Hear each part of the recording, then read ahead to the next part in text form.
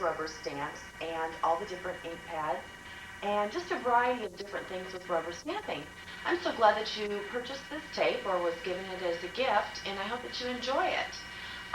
The first thing that I want to do is kind of show you how to, what to look for when you're looking for rubber stamps.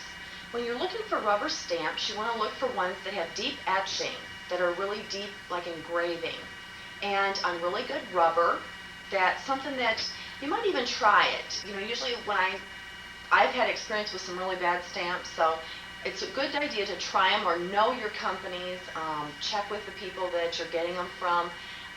I have discovered that I will only sell from the really good companies, the ones I know have really good images when you stamp them. And so you're looking for deep etching, good rubber, a foam base, and then the hardwoods, of course.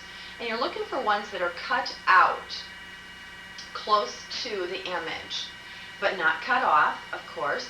And let's say that there is a little bit of rubber around the edge, and you want to trim it out. A lot of times, sometimes there's like a center. I have a stamp that is this here, and in the middle of this, if it was all rubber in the middle, a lot of times there's a little bubble in there, or it just kind of, it balls up kind of. And so when you stamp the image, besides getting this, you get the inside too. And if that ever happens to you, or you buy a stamp, or maybe you have one that does that and it's really frustrating, the best thing to do is to take it and just cut down into the rubber and cut around it inside of there. Now this particular stamp comes all cut out for us, so it's great. We don't have to worry about it having that image inside of there. But you might get a mailbox, a sign, different things, and that center may stamp. So just know that you can cut it out. And like if this was straight across here, all I would do is just clip it in, go to the center, and then pull it out. I did this one this morning, and I was going to show you, and I just didn't. I already did it once. But I just clipped it in through the rubber, and then I tweaked it like this, and just pulled it out of there. And then there's a little bit of foam left, but that doesn't bother me at all. And it doesn't affect how it stamps, as long as it's not as high as the other. When I had stamped this to check it, it showed that it stamped on that side, so I knew that there was too much rubber there. The best way to check your stamps when you get them, or at the store, is to take a stamp pad along with you, or to go ahead and, if they have samples there, you can use that kind of thing. But you want to stamp it, and I usually use like a light pink, or a lighter blue, green, a lighter red, nothing that's a real deep tone. Some inks will still stain the rubber, even though they shouldn't. So what I do is I ink my stamp, and then I usually use a table surface, like a kitchen table or a desk, something to stamp on that's really sturdy, not something that's going to flex with you like a plastic tray or something. Or card tables sometimes are real, you can push on them, and so you won't get good images. But you ink this, then you line it up right on the bottom, your paper and the pad, put it down, and stamp it evenly. Whenever you stamp, you want to make sure that you just set it down, stamp it evenly, and then lift it. You want to let it straight down, straight off. And that way you'll know if it's straight. If it's crooked, then you need to either find a way to take it off and remount it, or put an arrow. Sometimes I've done it where I put an arrow on one corner or the other, and so I know that when I go to use it, I need to turn it, because I line everything up. A lot of companies say to line it up according to the image on here, and if it's mounted according to the image on here, they won't replace it, because they don't care if it's crooked on the block, it's whatever the image is. Well, I line everything up, and have the ability to get everything pretty much very straight, but I line it up according to the block of wood. So I just line it up and stamp it, and so I can pretty much tell something's crooked. And so I like everything straight, so I need that arrow on the front if I need to turn it a little bit.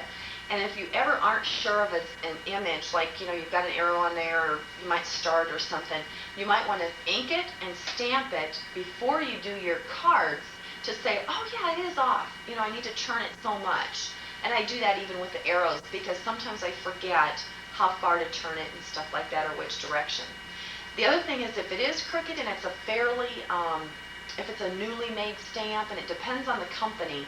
Some of them you can actually take a Tupperware citrus peeler, take the end that's flat, and just lift it and start peeling it. And you can sometimes peel the entire rubber and foam off very carefully.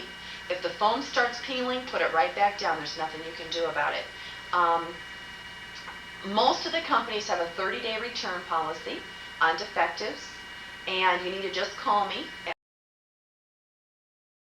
I used to check all the stamps that came in, and I can't do that anymore. It's too big. So I just count on all of my customers checking them and letting me know if there's a problem.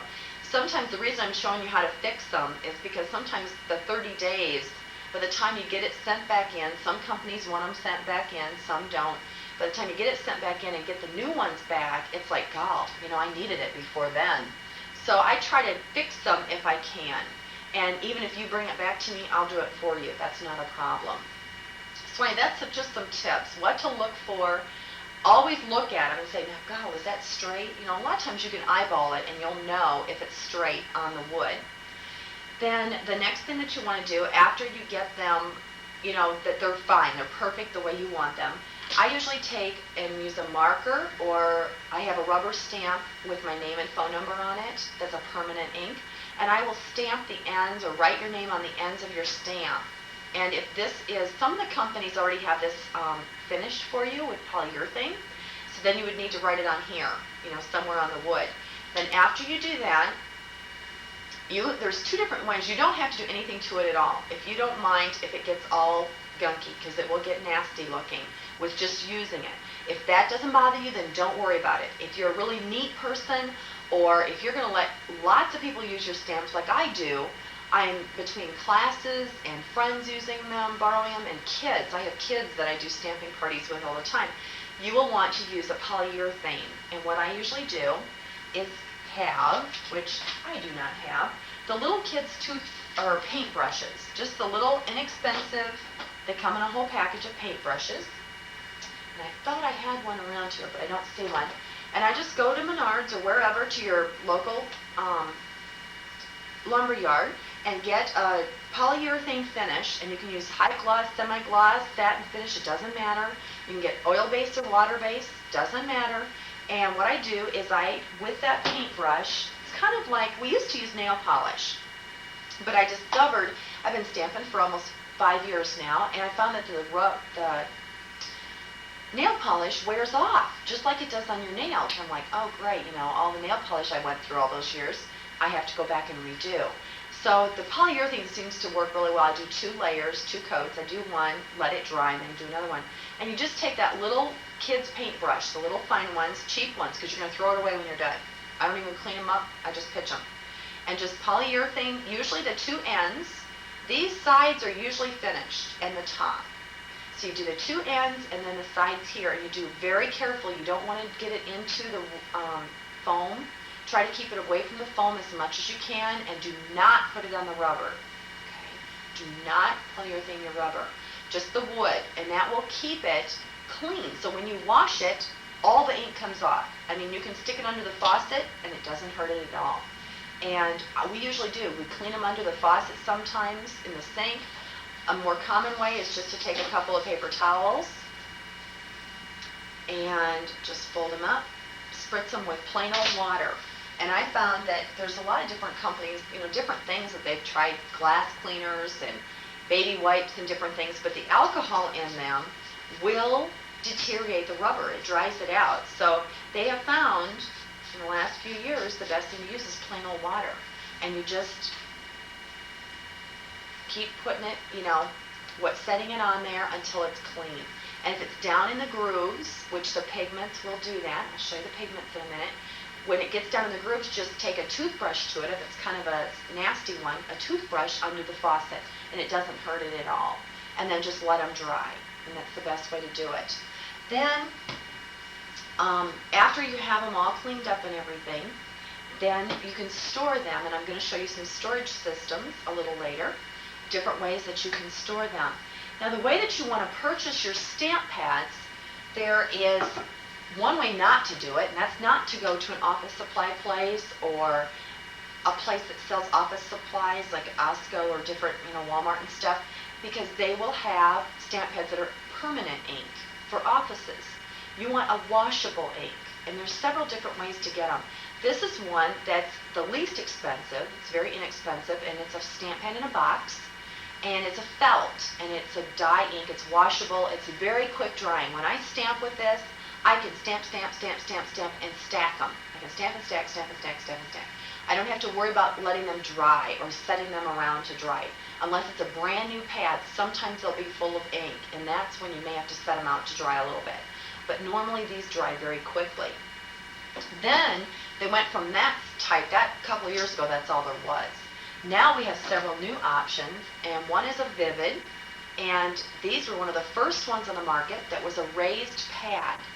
It's in the same type of, has the plastic frame and the cover, which is separate, but it's a raised felt pad. It's dye ink, which is quick drying again, and it's very vibrant in color. So those are the next option. And then these I discovered I really like because the lids are attached.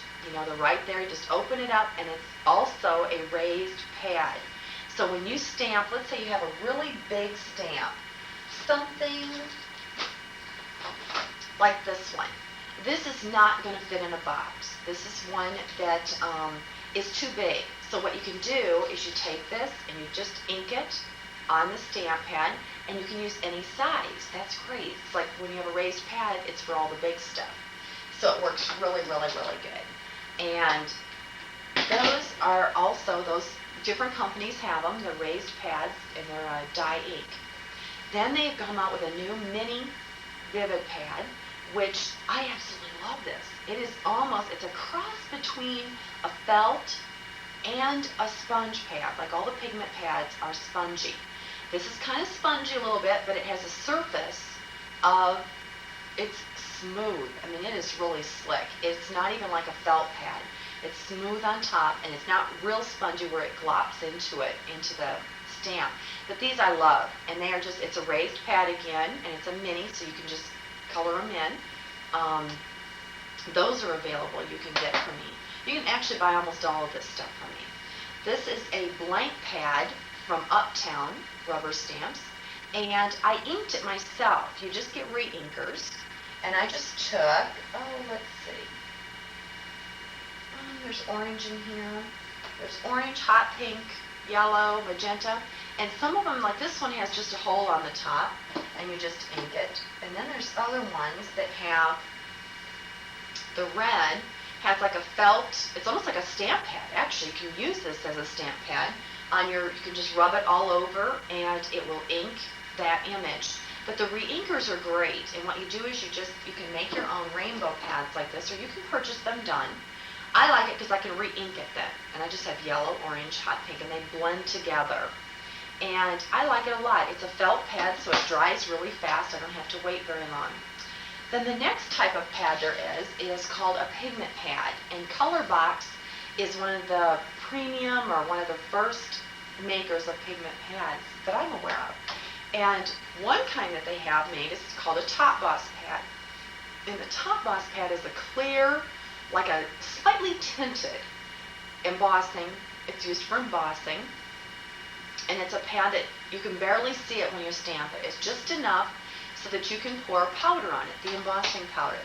And when you pour your embossing powder on, you would use I love the clear pad with green, gold, silver, copper, red, blue, purple. Can you say that one? Just any of the darker colors, the colors of embossing powders. And then it works good because you can emboss, but yet the ink that's on your rubber is clear. You don't even see it. So if you wash it off, it's like it's all gone. And if it's not, it's okay. I mean, it doesn't bother it any. If it's gold is very hard to get off rubber. It almost stains it. You just can't even hardly get it off. You have to scrub it, and immediately, whenever you use pigments, you have to wash them right away. So there's not a whole lot of time. That's another reason I usually keep a wet paper towel around, and a lot of times when I'm stamping, I don't know if I'm actually done with that stamp until I'm done.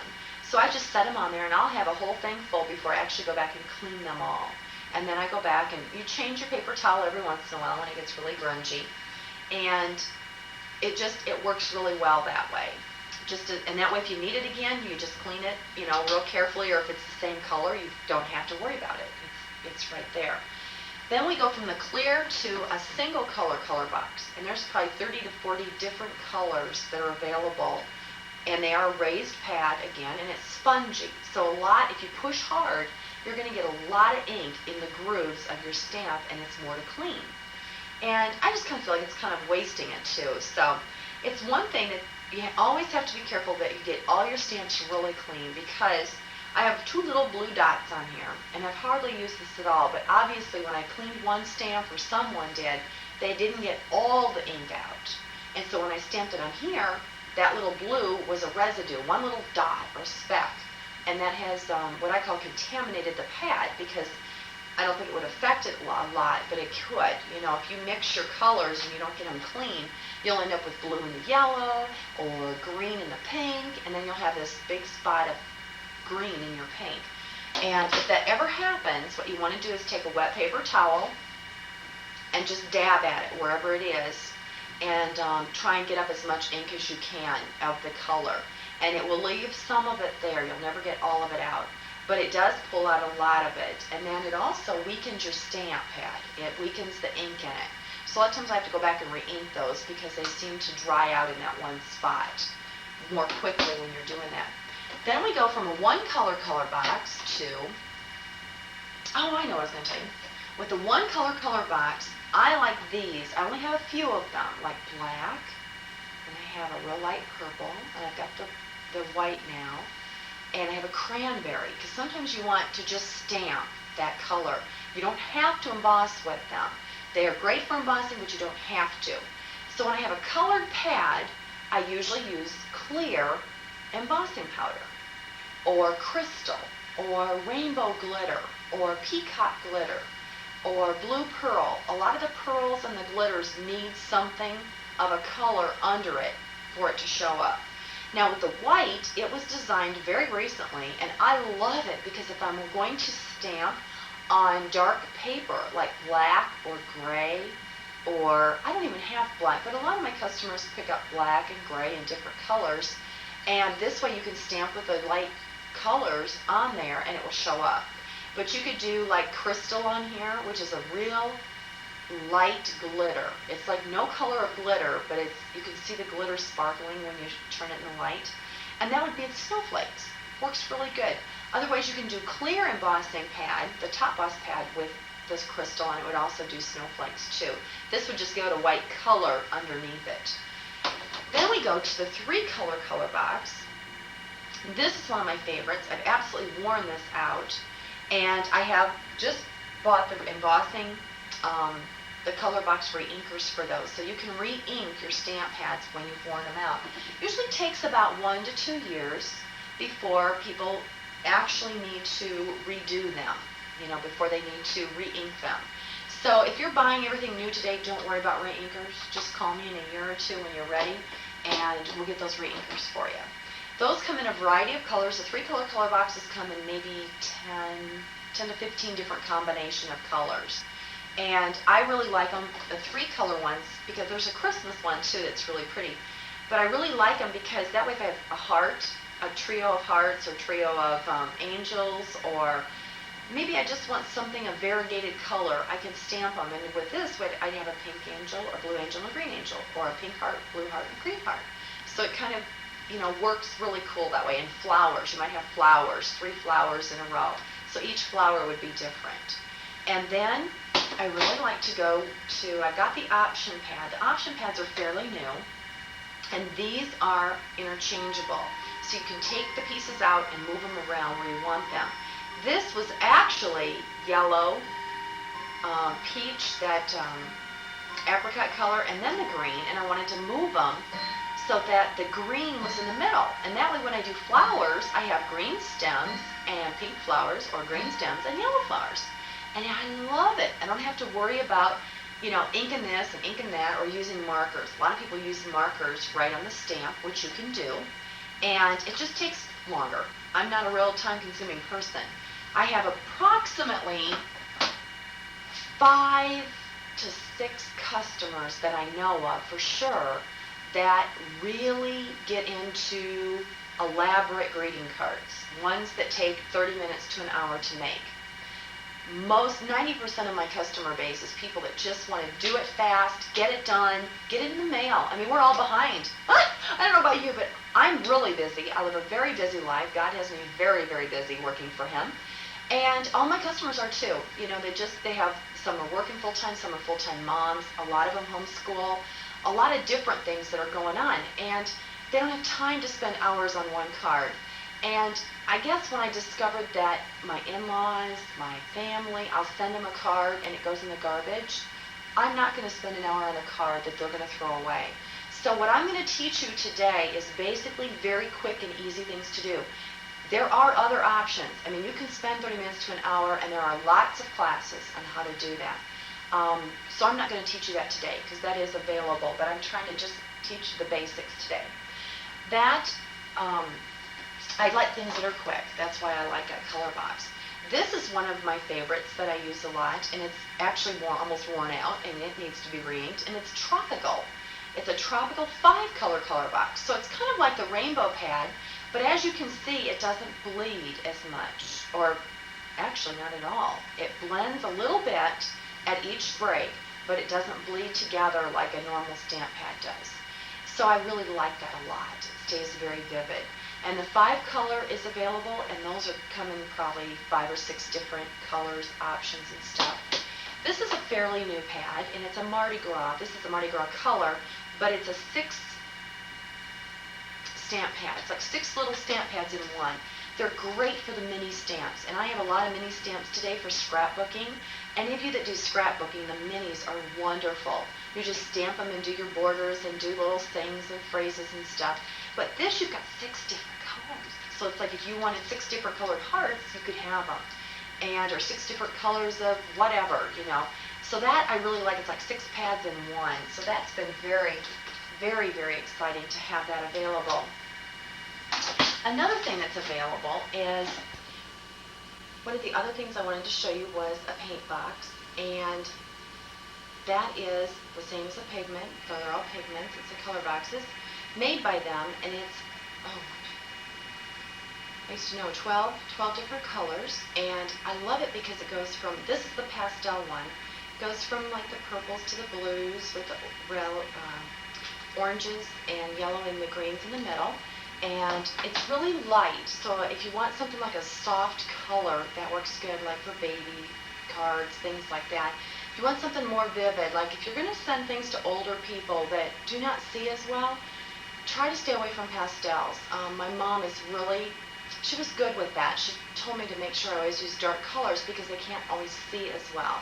So if you're sending cards to older people or you're making them for older people, keep that in mind. And so I have started going back to using a lot more of the primary, the brights, because they are more visible for the older people. And they'll never really get the yellow. I mean, a lot of times they don't see that. So it's sometimes, I know what I almost forgot to tell you. My gosh, I cannot believe I did this. It is so important that when you stamp with any of the rainbow pads, any rainbow pad, are you listening? I hope so, because you're going to regret it.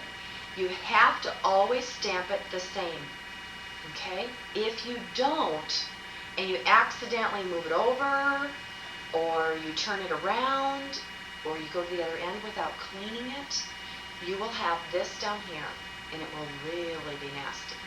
You will basically have ruined your pad. You can try and clean it off with that wet paper towel, but it is a mess. You want it, they're no problem once you get used to it.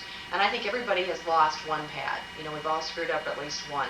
So it's just a matter of, keeping it wherever you have it is where you keep it. And you can do them either way. You can do them this way, you can turn them this way, however you want to do it when you're stamping those. And I like them. It's just a rainbow pad. And everybody, all my customers, people that just come, they're like, for the first time even, they're kind of like, God, that is so pretty. Where did you get that that rainbow? How'd you do that?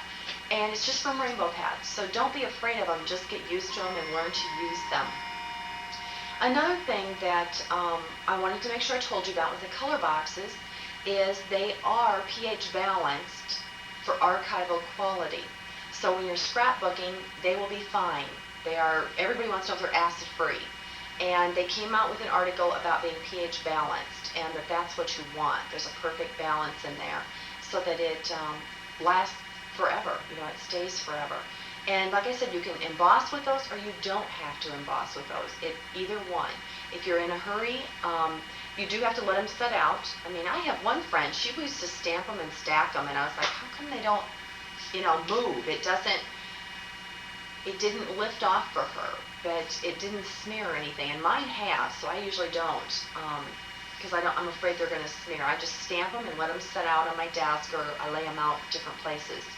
And one time I even had a new cranberry pad, and I was doing Valentine's, and I hung up a string like a clothesline in my office and my craft room, and I just had the cards sitting out for like a couple of days because that particular pad took a long time to dry.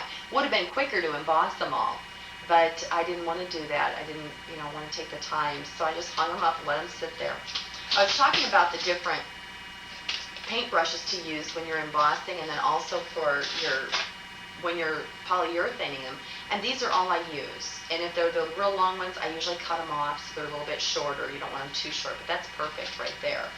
And that works really good. Then when you're done, just throw them in the trash. You don't have to worry about it. And I usually try to do quite a few at a time. I don't do them every time I get a new stamp or something, because I don't have the patience to get it all out for one stamp. I just wait till I get quite a few. Or when you buy a whole bunch, if you go shopping and you get a whole bunch, or you order from me and you order a lot, just wait till they all come in and then do them all at one time. I have quite a pile of them downstairs on a cookie sheet waiting for me. Anyway, that's the inks that I wanted to show you. And then there's some different options for coloring in. And there are Marby markers that are available that you can pick up anywhere.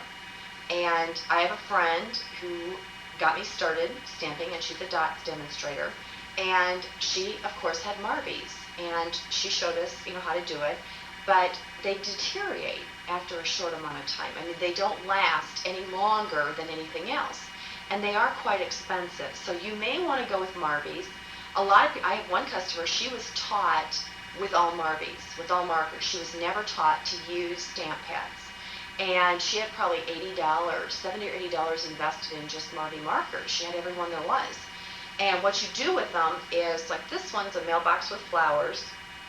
You can actually color in the colors that you want, get another marker out and color them in. So you're just like inking it first. When you do that, whether you use the Marbies or you get the inexpensive barrel, which barrel I love.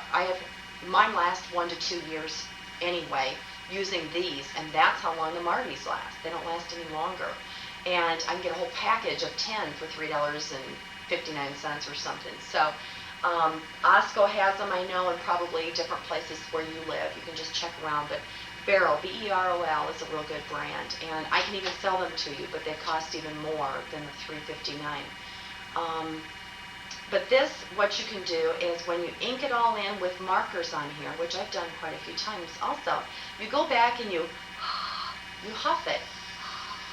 God gave us all warm air and moisture.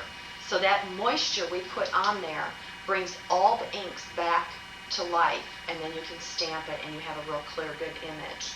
So that's how you use markers. You just have to huff on them and then stamp them. And you want to find markers that stay wet longer. Like the Crayola markers, they dry too fast.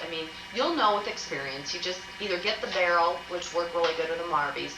Just put them on and you'll know, because you want them all wet. They need to stay wet for a while until you're all finished with coloring them in.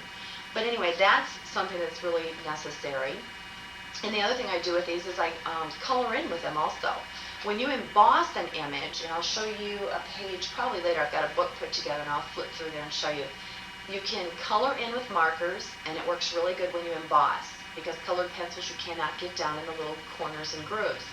When you stamp an image in black, the markers just wash it away. The black you can't even hardly see. So in that case, that's when I suggest using the colored pencils. And again, I just go to the Osco and get them, the barrel colored pencils, and they work excellent. The Pedigree brand I do not care for. They're real grainy. They don't go on real smooth.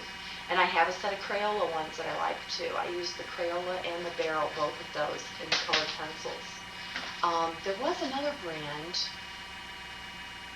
It started with a P. It was something else. I don't remember, but it was pretty good too. So it's just experiment type thing, and give your kids what you don't like. It's like, here, you can have these, and they don't care. They'll use anything. Another marker that I absolutely love. A lot of people have been buying the Tombos. You've heard of Tombos or duo tip pens. That means there's like a Marby marker on one end, a broad tip, and there's a fine line tip on the other end. And they are very expensive to buy individually because that's how you buy them. And I was able to find espresso markers at the time, several years ago, at Sam's. Now, I've used these for several years, and they're still working fine. I've actually got about 2 sets in here. But they come in a 10-pack, and I think maybe they were like $7, $8, which 70 to 80 cents a piece is better than $2.50. So that's just at the prices today, in the last few years, so you can change at any time. But I love these markers, and all my customers do too, because they're great for squiggles, streamers on balloons, and I'll show you how to do that later too. Anyway, whoops, lost that one. Another tool that you can use when you're stamping is a glue pen. And I have these for sale most of the time, and I can order them anytime. A two-way glue pen, and it's like a paint marker kind of. It's where you would push on it. I'm just going to use this, but you would push on it, push it down in, and that brings the glue down into the marker. And when it's new, it's a very good point. Actually, it does, because you're mushing it down, it does eventually break down a little bit. But you can write happy birthday with it, congratulations. And then what you do with the glue pen, you can actually use embossing powder on it if you want to. Or you can use any of the fun flock. I've got white flocking. There's green flocking, like if you're doing a Christmas tree. If you got a squiggle Christmas tree, or a scribble, called a scribble tree, and it looks like this, and it's a Christmas tree, or a star, or actually, I have a heart. Here's a heart. This is a scribble heart, and it looks like it's just scribbles. And what you can do is, this is a really cool one on a rainbow pad like this, or using the markers on there, or even a solid color. But if you stamped it, let's say you stamped it in a color and you wanted to make it really awesome, you could just, by 2 seconds, take the glue pen out, do your outline on the card, of course, not on here, on the card, sprinkle some glitter on it, and I'm selling them today with glitter. I packaged them together with the glitter.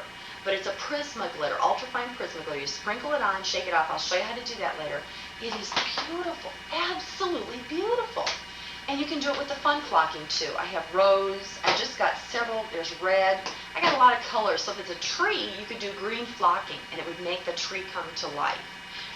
It adds fuzzies. It's kind of like a fuzzy duck. You could make a yellow duck, a brown bear. I've done several animals like that, and it makes them look like they're real. It's just like they're three-dimensional kind of. Another tool that people use is liquid applique, and this has been around for a long time. I remember using this stuff before I ever stamped. But you just apply it, and then use the heat tool or the hair dryer to set it, and it pops up. I always think of what we used to call them puffy paints. That's what makes me think of puffy paints, but it's liquid applique. And I just order different colors, and we got the Christmas colors, and I've been adding one here and there. And just to use them, you can use them for outlines, you can use them for writing. You could write, if you have really pretty handwriting, you could write something, and it works well. Then, one of the other favorite things of my customers to do is sponging. They absolutely love sponging. And this is one type of sponge that you can get. I didn't even order any extras this time, but they are so wonderful because I actually take them right on the stamp pad and ink it, and then I sweep it. I bring it in, or I sponge it in. You can sponge in anything with these, and I'll show you some sponging later. And this is another thing that I discovered that I absolutely love, are makeup sponges. The triangle sponges that you see everywhere, and they sell them for stamping stuff, I don't care for those. It's a preference thing. But they give an edge a lot of times, and they're really hard to maneuver and manipulate. And so I just got rid of those, but I love these because they're real soft. There's no edges. You can do as intense or as light as you want. You can do like clouds, just real swirly clouds. You could fill in water, you could fill in grass. My customers love sponging because you don't have to get particular. You're not trying to stay in the lines. You're just trying to give it a little soft color. It's kind of like using chalks, which I'll show you later how I use chalks. There are soft chalks available, and one of the companies I sell for about 9 different companies. One of the companies just started selling the soft chalks, so I'm excited about that. Didn't have a price on it, so I didn't know how much it was. I didn't even order any this time. Oh, I missed a pad. This is another pad that's available, like the color box pads, the pigment pads, and it's called a pedal point. Isn't it pretty? It's got lots of different colors on it, and how it works is these actually you can use it just like this, or you can slide these out. So it becomes almost like a cat's eye, if you've seen a cat's eyes. And it means that, again, just like a marker, you can ink in what you want on here, put it back and use a different one, and you can, with the point, you can get into detailed little tiny areas that you want. So it gives you, it's just another avenue of stamping. And all of these rainbow pads, any of these, I usually do not let my kids have. Actually my children love to stamp. They have their own stamp pads. I usually give them my old ones, when I get tired of them, or maybe I'm tired of them, or maybe I screwed them up with the reversing them the first few times, you always do that. So, and they don't care. They just love it. They think it's great. So just give them or buy them pads. My kids like to buy their own pads, and sometimes I give them to them for birthdays and Christmas. I buy them new pads and a stamp or two. And so that's some different options. But the rainbow pads I don't use with them yet. They're still, right now my kids are going to be 8 and 10, and they're getting to the age now that they can actually sit down and they can comprehend that. My 10-year-old got to emboss just like a month ago, and she thought that was the coolest thing. She's just really hooked on embossing. But anyway, that's, they can help at that age, and they have helped me, but mine are really very excited children, so they don't sit down real calmly very often and actually listen to directions. They kind of think they know everything. We don't want to be like that, do we? This is a brayer, and it's kind of a neat tool. It's one of the other things that's available. And I have used this several times, and I usually used to use it on a rainbow pad like this. Okay, then you ink it all up, and then you roll it on your paper. But I found that it leaves a line, and you have just so much ink, and that's it. I don't know, it just never seemed to work very well for me. And one of the girls I was working with, not too long ago, one of my friends, we decided to try something new, and we used a pigment pad. And we inked it all up, and then we ran it on the card. It was great. So from now on, I'm going to use the pigment pads, because we can run them on there, run it on the card, and it blends better, and it just works much better. So any of the pigment pads, you could, except for the 6-color one, but like this one would work. You would just ink part of it, okay, and then turn it around the other way on the end. You'd want to make sure you keep all your colors even, but it would work.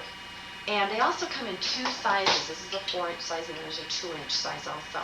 And those I can order anytime you want those. Just let me know, and we'll take care of that for you. One of the newest and hottest things on the market, well, a year ago or 2 years ago, was a corner rounder. And it's really kind of neat because it actually takes your square corners. If I can do this so you can see it. You stick it in, and it cuts a rounded corner. Well, now I'm really excited because the latest thing out there, I haven't even used this yet, I just got it. Let me try it. Is the new like Victorian edge and the scallop edge. They have different edges of those. Let's see how it works. Oh, how beautiful. I love it. I can order these for you anytime you want. You just let me know. And I just think they're gorgeous. They're absolutely beautiful. Let me show you another tool or trick that I've done many times is they have the scissors that are available. And I have gone and made cards and cut out the corner like this so that you have that edge on the corner of your card. Now to make these work really good, really good, what you need to do is ink, do a color, sponge a color underneath it in the corner. And I probably if I dig far enough in here, can find one something like that. These boxes actually are cards that I make to have on hand. And I always suggest to people to do that, to, make like 5 cards at a time or 10, 15, 20 cards at a time. That way you have several. This is one that I did this with. I did the whole bottom edge. I don't know if you can see that very well. But I cut it with the Victorian scissors and then I sponged underneath it. And that way it gives it a sponge edge, which is really cool. And it kind of finishes it off. But you can do that with a lot of different things. You can do just the corners. You can do whichever one you want to do.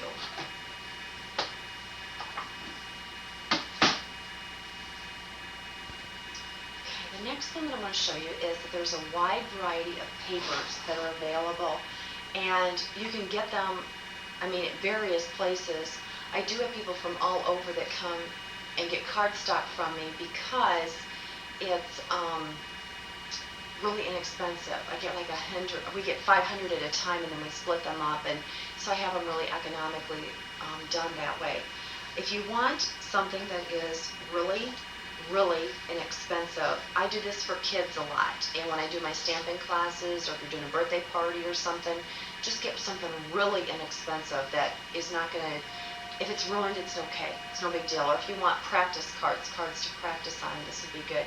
It's called Basis 110 paper, and I get it at an office supply place. And I just go get it. It's very inexpensive. It seems to me that I don't even know anymore because paper prices have gone up. It's been a while. It comes in a ring of 250 sheets. And then I invested in a paper cutter, and I love it. It comes, actually, I keep it stored in here. But it just comes in sheets, just full sheets, and it's like a cardstock. It works really good. And with this, I just cut it in half at the store or here at home.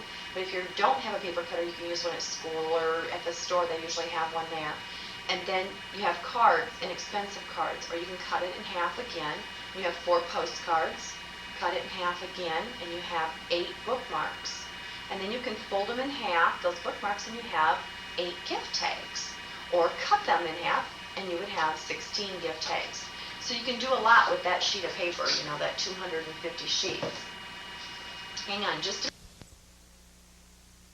this is what the bookmarks look like when you have them cut from the Basis 110, and they work really good. They're really easy to use. You can paper punch them if you want to. You could cut with the fancy scissors around them and make really pretty borders.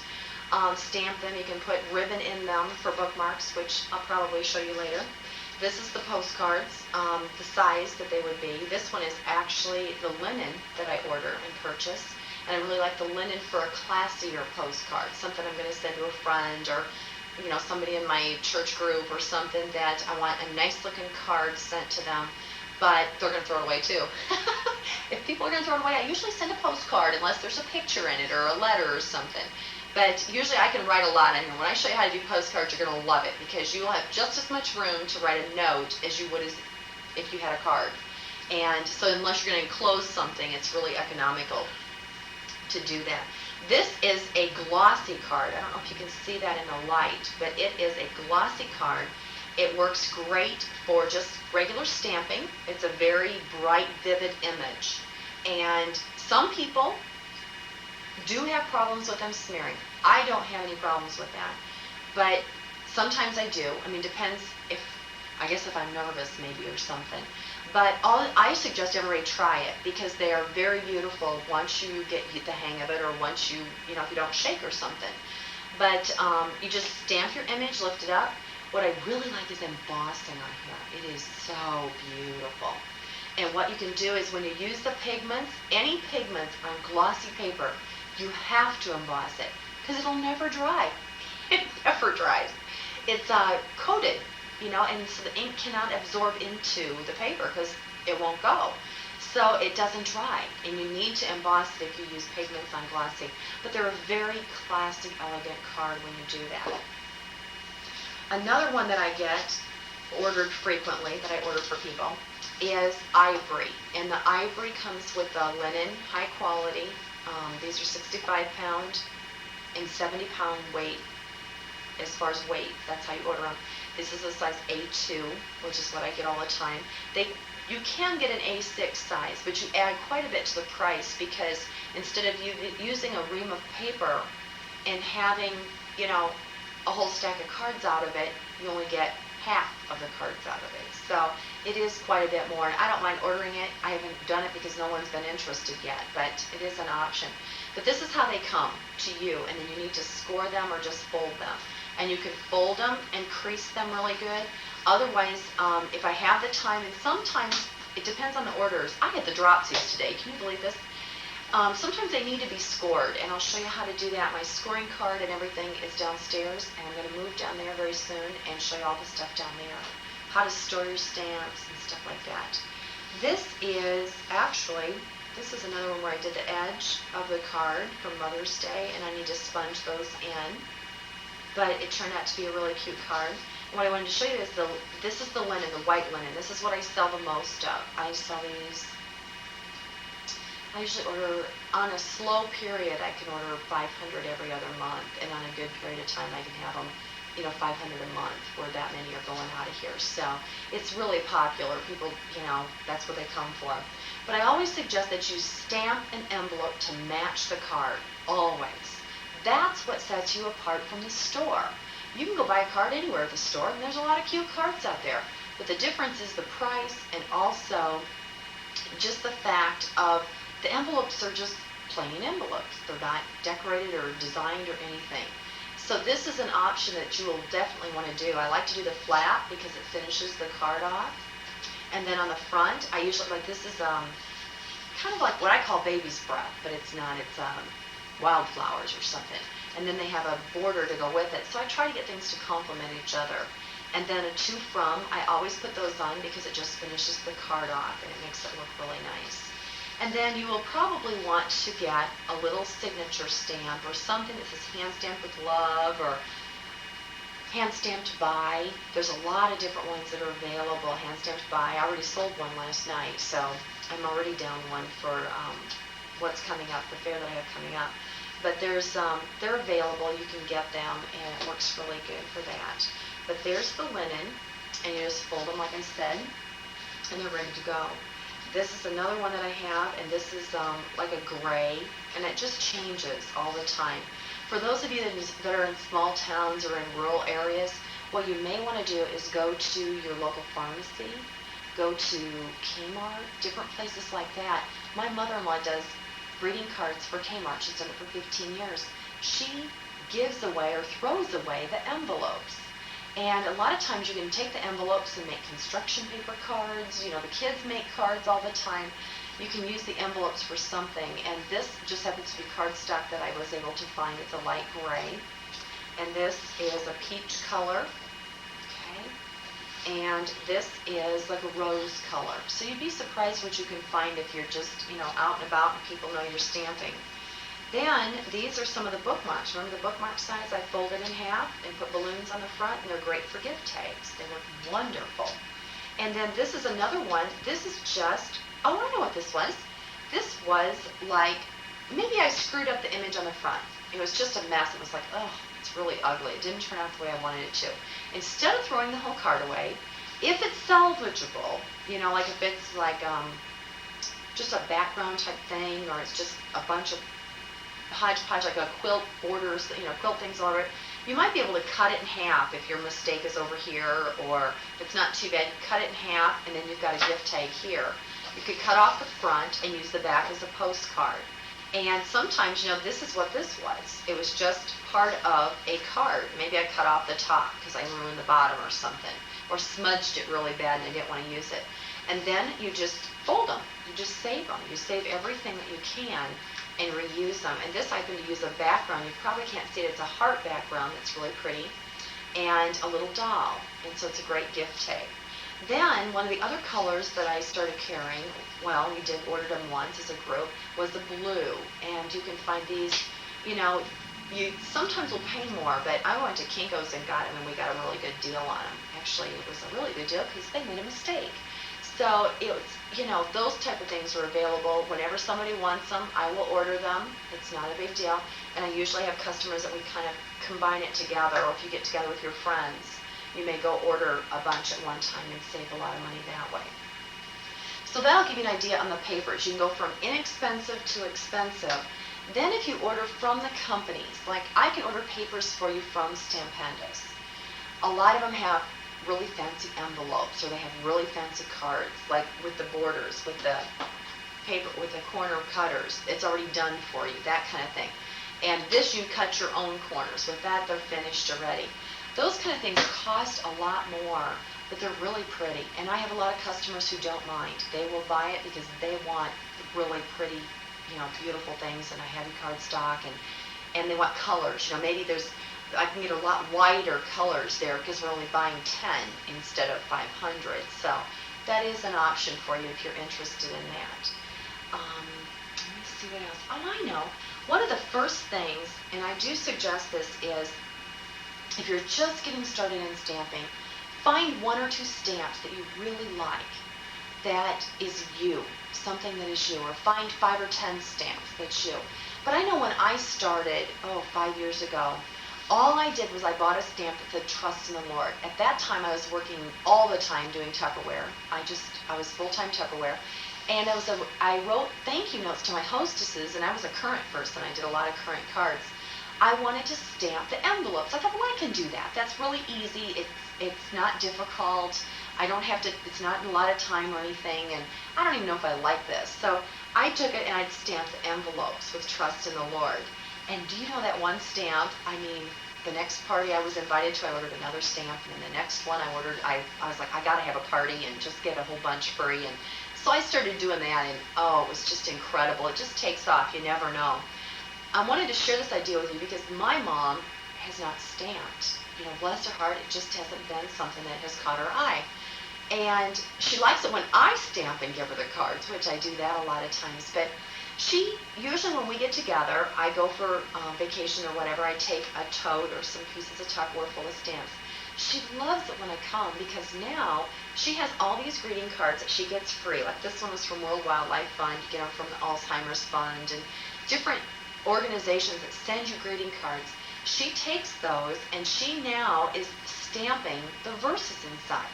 So she's not interested in stamping everything. She just wants words to put inside, and like the envelopes, things like that are hers. So I gave her some stamps for her birthday thinking that would help her get started too, and she's really excited. But you can do a lot of fun things. Like on here I heard you've been just lying around. And then on the inside, I'm going to stamp, "May God who listens to each prayer bless you with returning health and keep you in his care." And I'll give these to her. I won't use them, but she will. And she's always sending sympathy cards and get well cards, and this is a way for her to do it. Then to coordinate it, I got out a cat, my only cat that looks halfway like a tiger. I need a tiger stamp, actually. And I'll stamp that on the corner and probably on the back. Sometimes I do the flap and then the 2 fronds. And I will give her these cards because she likes them a lot. And so that's kind of a different way to do it when you're first getting started. One of the other things I suggest is that you find a theme, that you go through all the stamps that you see and you pick out something you really like, something that's you. As you can probably tell from just looking around, that I come from a family of quilters and seamstresses, and we love to cook. We love to do a lot of the home things that I grew up with. And so I'm always buying quilt stamps, and I have a little Sewing Sue and Quilting Kathy and different things, so I can give them to my family, give the cards to my family, and they fit, because that's the things that they like to do. So pick a theme, something you like, and then get everything you need for that card, and lots of words. You need happy birthday, get well soon, with sympathy, thinking of you, congratulations, and a thank you. That's how you get started. You start out with the basics. Get your words, get a couple of stamps to do the front, and you're set. Get a couple of stamp pads with various colors, and you're ready to go. And actually, I tell my customers all the time, please, every time you make a card, every time you would go to the store and buy a card for someone, I want you to write it down. How much would you normally spend? $3, $2, $5, $6. Keep a tally just for a month. You know, if you have, I talked to a girl last night, she had, there are, I believe, 16 birthdays in their family this month in August. She came to get cardstock. Can you imagine why? 16 birthdays in their family this one month. And I'm like, whoa. Can you imagine buying cards with a present and wrapping paper and everything else for 16 people in 1 month? So just stamping alone, you will have it paid for. It will pay for itself in no time. So keep a tally, you know, of how you're doing. If she spent $2 a piece, that's $32 right there. Look at all the stamps and pads you could have for $32. Not including the wrapping paper that you could stamp, the gift tags, the things like that. So anyway, that'll kind of give you an idea. There's a few things that you may want to invest in. One is a how-to book. You know, if you just, the video maybe you don't have time to watch all the time and you want to have something you can pick up quickly, or maybe you want something for a friend. These are available. They are how-to books, how to do different things, how to take care of them and stuff. Then there's a lot of companies have books out on how to, it's like recipes, you know, how do you do this, how do you do this, how do you do that, and it's all right here and it tells you how to do it. Isn't that neat? So it's kind of cool. There is also some more ink. There's one more ink that I forgot to show you, and it's one of my new favorites, and I love doing this. It's so much fun. It's fabric inks. It's fabric stamping. Excuse me. And fabric stamping is a spongy pad, and it has a special ink on it made for fabric that's permanent once you heat set it. And I just love it. The first thing I started out with before they made these pads, the Fabrico pads from Stampendous, before that, there was really nothing available. There was what is called Deca Paint. They told me buy Deca Paint, so I bought Deca Paint. Well, I'm not very happy with Deca Paint, because the Deca Paint you have to put on a piece of felt. You put it on the felt, you rub it all in, it's kind of messy, very messy. Then you stamp your image, and then you put it on your fabric. Well, I did everything the way it's supposed to be done, but I wasn't as happy with it as I was when I bought a Fabrico pad. And I got the Fabrico pad, and I just loved it. It was like, oh my gosh, this is heaven. Then there's also fabric markers that you can get, and they come from Stampendous, the ones that I use, and they have dual tips. They have 2 different colors on each end, and I really, really like those a lot also. Let me show you what some of the creations are that I've done. I have some more that I will show you, but I happen to have this one handy. Last summer, we did a lot, and instead of buying a souvenir everywhere we went on vacation and going to see family, I thought, I'm just going to make t-shirts for the kids. So we made t-shirts for each of my girls and I, and we stamped on here all the things we did last summer. Then I put summer of 1996, and I colored them in with the markers, and it worked great. I mean, it works wonderful. The thing you want to keep in mind is that you always want to do it on white or cream color. I use muslin a lot. If I'm going to do dark fabrics, then I do it on muslin. I cut it out and I fray it maybe, and I stitch it onto my colored fabric. And it works really a whole lot better. Works much, much better. And you probably could even do the, like the interfacing or the, I can't even think right now. The stuff you put between it to stick it to the fabric and iron it on, you could probably do that too. You can also, after you stamp this, you can heat set it with an iron. You can heat set it with a embossing tool. Or this one lady told me this great idea. She throws them in the dryer. So when you're all done with them, throw them in the dryer, tumble them for a little while after they're dry. You know, the ink should dry fairly quickly. With the Fabrico pads, it dries really fast. So you stamp it, and it's pretty much dry right after that. But you can heat set it in your dryer. Just turn it on, and I do like 2 or 3 shirts at a time, or a couple of aprons. Just throw them in there and dry them, and they're done. One of the things that I really suggest a lot all the time is to always make 5 cards at a time. Whatever you're doing, it takes about 2 more minutes to stamp 3 or 4 more cards than it does 1. And if you have everything dirty, you might as well dirty a few more cards. So make 5, at least 5, every time you make one. Even if it's an hour-long card, make 5 of those hour-long cards, and it will probably get done much quicker anyway. But what I do is I try to always do 5, and I keep 1 to send. I have 1 to send to someone. Then I have 1 for my idea box. I always have an idea box going, and that's so that, sometimes I'll go back and go, like a week later, go, God, that was a really cool card I made last week. Now, what was that again? How did that look? And I can't remember every detail. So usually one of the 5 cards is my, screw-up card, something that didn't turn out quite right. And so I stick that in my idea box, and that way it's okay because it's just there for my ideas. Then 3 of them I keep on hand to send. And what I did was I went ahead and made dividers. Like this is blank, happy birthday.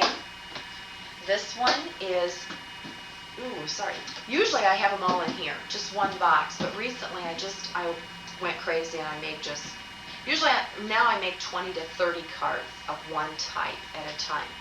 And I have to do that because I'm too busy and I just don't have time to make a lot more. To make them often. So I might stamp once a month or once every 2 months, but I do a lot when I do stamp. And I have a project idea list box going all the time. I'll show you that too. Here's thinking of you, Christian friendship, thank you cards, wedding cards, happy anniversary, baby, get well soon, sympathy, Thanksgiving, Easter, Christmas, graduations, just anything, congratulation cards. And you'll want to have something to put them in. You can put them in shoe boxes, those totes a lot of times that you can pick up at different stores will work for those.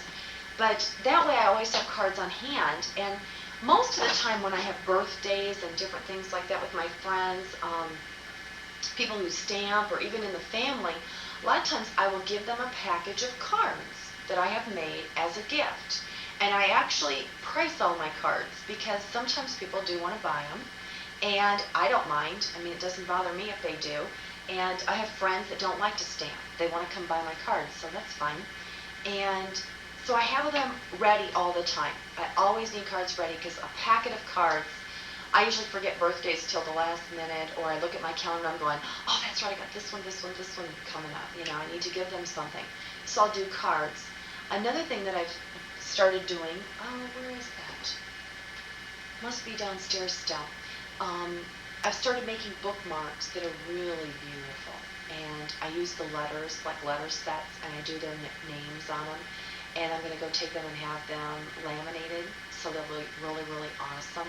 And those are like, I tuck them in a card, to a special friend, and that's a very inexpensive gift, but if I was to go buy a bookmark, usually they're like $1, just for that alone. So this is an option where you can just put a package together. Like if you were going to spend $20 on a friend, you could put $20 worth of cards, bookmarks, different things like that together, put them in a bag, or that you've stamped, or if you got those little gift bags that we all trade around, with gifts, then you could just give them that gift, and they love it because everybody needs cards.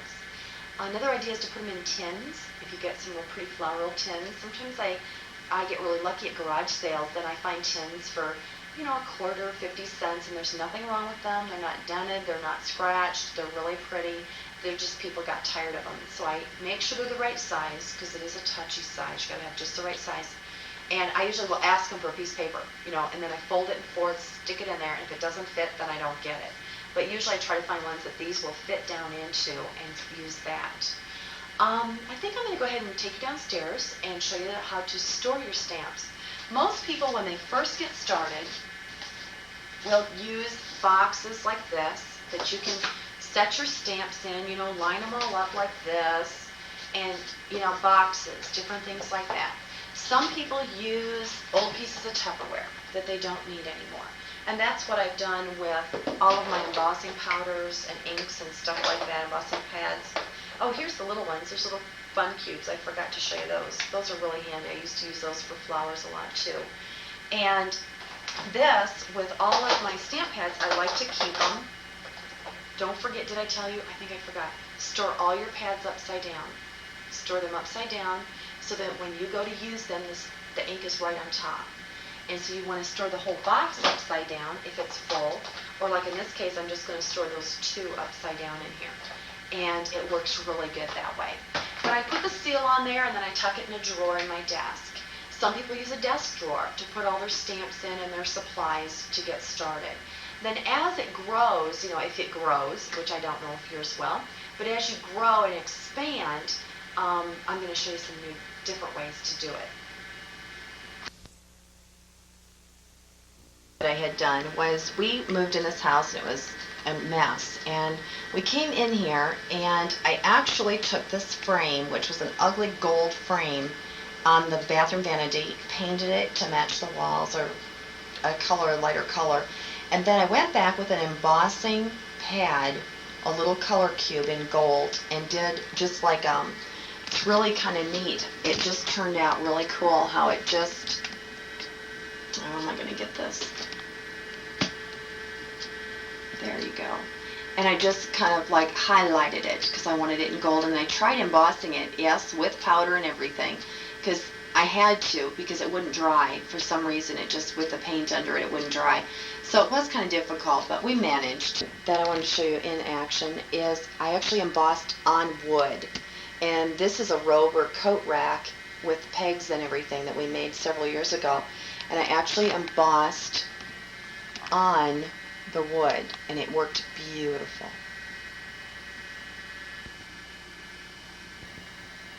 This is one of the project boxes that I had planned not too long ago. These are all cards I need to make, just different ideas, and a piece of Tupperware, and I just take it with me wherever I go and seal it up, and away we go when I go on vacation and stuff. A lot of my customers do that. They put their things in a Rubbermaid tote and stack them all up and put them on their cookie sheets a lot of times and just take them. Or those plastic crates, the crates that you can buy with the holes in them on the sides that are like $2 or $3 a crate. A lot of pieces of Tupperware just fit right down in there, and you can just carry them with you wherever you go, and I've done that for years.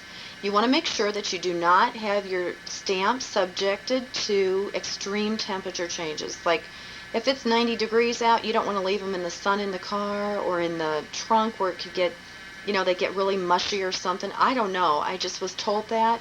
I've never done it. I just trust the people who shared that with me. So I just suggest that you just be real careful and don't leave them out in the freezing temperatures when in the wintertime when you're traveling.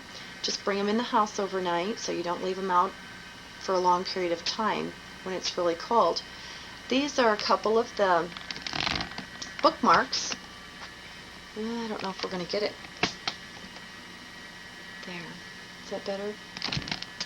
This is some of the bookmarks that I made that I'm going to have laminated, the ones I was telling you about. And there's one for the guys. Actually, I wish I would have gotten it out. There's one for the guys that's just a tree, like a birch tree, and their name on the side, which is kind of cool. And these are actually 2 Rubbermaid totes that I have filled with the Rollograph. All of the Rollograph, I have 3 handles because when we make wrapping paper, we make wrapping paper. And I love the Rollagraphs for wrapping paper and borders on cards and just different things. But as you can see, I just left them in the packets they come in, and so I can see what they are. And I will show you those later too, how to use those. This is a bookmark, just one of many that I did at the school for the kids this spring. And some stickers. Those actually, I don't know if you can see those address labels for the computer make great name tags. You just stamp a little something in the corner and you can use them as name tags at a party or whatever. Lots of stickers. The bottom one there is actually a high gloss. I don't know if we're going to catch any gloss on it or not. I can get those from Stampendous, the glossy ones, and they work really nice. And then Post-it note pads work really great. And here is some gift bags that you can get from me, or you can go to Sam's and buy 500 if you want to. Most people just get them from me. I sell them for about $25 for $1, real inexpensive, and you can emboss on them or stamp on them, anything you want. And here's my little scoring. When I do scoring, I just have that. It's an old card that I didn't want anymore, and it works really good. And something that I have found works for me, or did work, I'm not going to do it anymore. I'm going to go back to the old way of doing things. But they suggest that when you put your stamps either in acrylic picture frames, which I did for a year or two, and then I outgrew that, the acrylic picture frames, went to cookie sheets after that, And the cookie sheets, what they suggest is that you take a piece of paper and stamp every image where it goes on the cookie sheet. And that way, when you go to put it back, it's right there, which I'm going to do from now on. I have added stamps through the years, and more and more all the time. And these are pictures, photographs in a photo album, which is kind of nice because I have all of them right there if I want to know what I have. Or if somebody asks me, do you have this, I can look and see, and if they want to borrow it. So it works either way, but this with the pictures costs quite a bit. It's time saving because you just take a snapshot of it and you're done. But it changes pretty frequently too. And then they're outdated. This is actually a Christmas tree ornament that I made. And this is layering, which I'm going to show you how to do later. It's just layering, and then you add a bow to it. And on the other side I did just a plain piece of paper, the red or green, and I did some embossed like Merry Christmas to so-and-so, love the backs, or whatever. These are different masks. I have a whole packet of masks that we use when we're masking. These are just a few that I found laying around that I put out, and I thought I would use those. And this is one more thing that I wanted to show you. This is what I gave all my nieces and nephews for Christmas last year, and it's a Bible bag. And I stamped on it their name. Just put down their name, Bible bag, and some Christian things. And then on the other side of it, I did the same thing. This is on muslin. Then I stitched it onto the bag. And on the other side, I did the lighthouse, a huge lighthouse that's beautiful. And it says, Thy word is a lamp unto my feet and a light unto my path. And I used that Bible verse. So it worked out really, really cute. So that even if they don't go to church, someday they might. And that would be a great ministry. I mean, they would have a bag that they could take their stuff in. And those that do carry things to church, they would have that bag to carry their things in. This is something else that's really kind of unique and different, but it's making envelopes. And there's templates there. There's just one. I don't know if you can see it very well. But there's 3 templates in a package, and they come from Printworks. And you just line it up on your paper where you want it. You draw around it, cut it out, and then fold it and glue it. And it's really fun, and it's fairly easy. These are some of them. That's the biggest one. And this is one. It's got a kind of a wavy edge on it. Here is one that comes with it, and it's like a clear almost. It's so that if you put a card inside of it, it's a vellum, clear vellum, you could see it. And then this is the little one, like for gift tags. So you can make envelopes, which is kind of a fun thing to do. Anyway, I thought, I ran across something yesterday, how to make picture frames. And I thought that this would be kind of a fun thing to do with stamping. You know, you can just take fabric or paper and make picture frames, and it shows you how to do it. So there is a lot of ideas out there that you can come across. Anyway, this is embossing, and I don't even know if I'm going to get that in the light very well, but those are just absolutely beautiful. And that is an ivy on there with the Merry Christmas. And again, you just do your to and from, and you can emboss the envelopes also. Some people do that. And here's the red, and I did the flap on the envelope also. This is masking, and masking is hiding something behind something else. So it's kind of like layering, but it's all in one piece of paper. And what you do is, I'll show you how to do that later when I'm actually sitting down and we can have the camera. I don't have to move it around, and it works really good. There's another one. And I did the envelope to match again.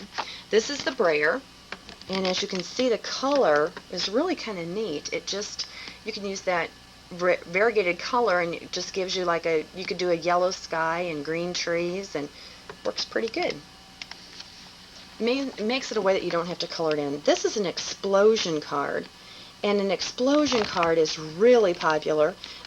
I taught this to my customers just in the last couple of years. For the people that have already done everything else, you know, they wanted something new. This is so cool. If I can get it, just opens up. This is where I need my husband, but he's at Promise Keepers, so having a good time with the guys. And then this is a little gift tag size. So it's kind of a neat thing. I'll show you how to do that. This is layering, where you just stack and stack and stack. And it turned out kind of cool. I did the white on the inside. I've never done that before. And this is chalks. And again, another explosion card. It's kind of a neat for a birthday thing. And this is using glitter. I don't know if you can see that. but it adds a lot to the card when you do it that way. This is flocking with the fuzzies, and you can do clouds and snow, different things. This is cutouts, and I love this one. That's my 3 hearts that I talked about earlier. And then this is like a stencil on the inside that you just sponge it in. And this one with Raggedy Ann is also a cutout. And you just, works out really cute. And fabric stamping again. And this is the rollagraphs. They work great for memo pad. You just scoot it right across the bottom. And there's, just a lot of different variety there. You can do wrapping paper and stuff. This is sponging, and if you can see these pumpkins, I don't know. They just kind of come to life. They are just so easy to do when you're sponging, and there's yellow highlight around the nativity and brown underneath, and it's a way that you don't have to color it all in to make it look pretty. It's just one way to kind of quickly color it in. And this is fading, or what some people call repeating, where they just stamp it over and over again. Works good to give dimension and distance so that it looks like the balloons are further in the distance, or trees. You can fade trees really easily. This is squiggles. And squiggles are one of the first things I learned to do, and I love them. They are great. As you can see that thanks card, all you do is you buy the thanks, the to and the from, and you're done. You just make the envelopes to match the card. And you pick a couple of colors, that one having to have a rainbow pad, and you just do the squiggles, and it finishes the card off. And then with the balloons, look at what it does to balloons. It just makes them, ties them all together. And you do borders around them. And then with these, when you do postcards and you're doing something like a Bible verse or something in the corner, it just brings the card to life. It finishes the card. And I usually pick 2 to 3 colors. One of those colors or 2 of the colors are usually in whatever the image is. If it's like this one was pink and orange, so that was pink and orange markers that I used.